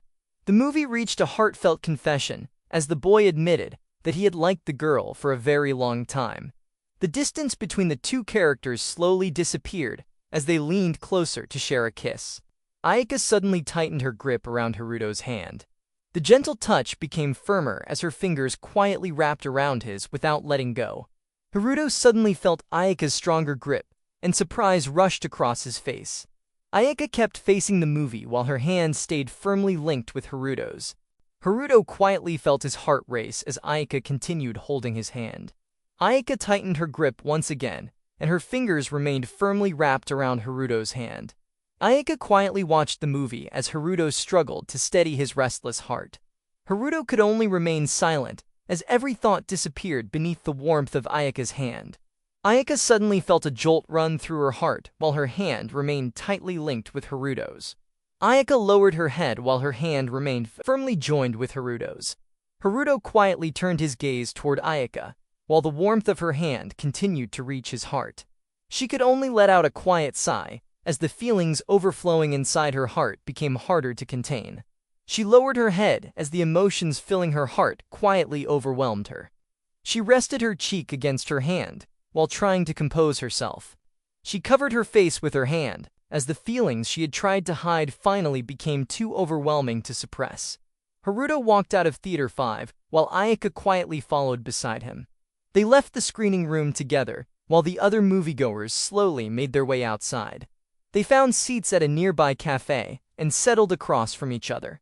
The silence between them felt comfortable as they reflected on the time they had just shared. Ayaka softly wondered whether the movie had been enjoyable for him.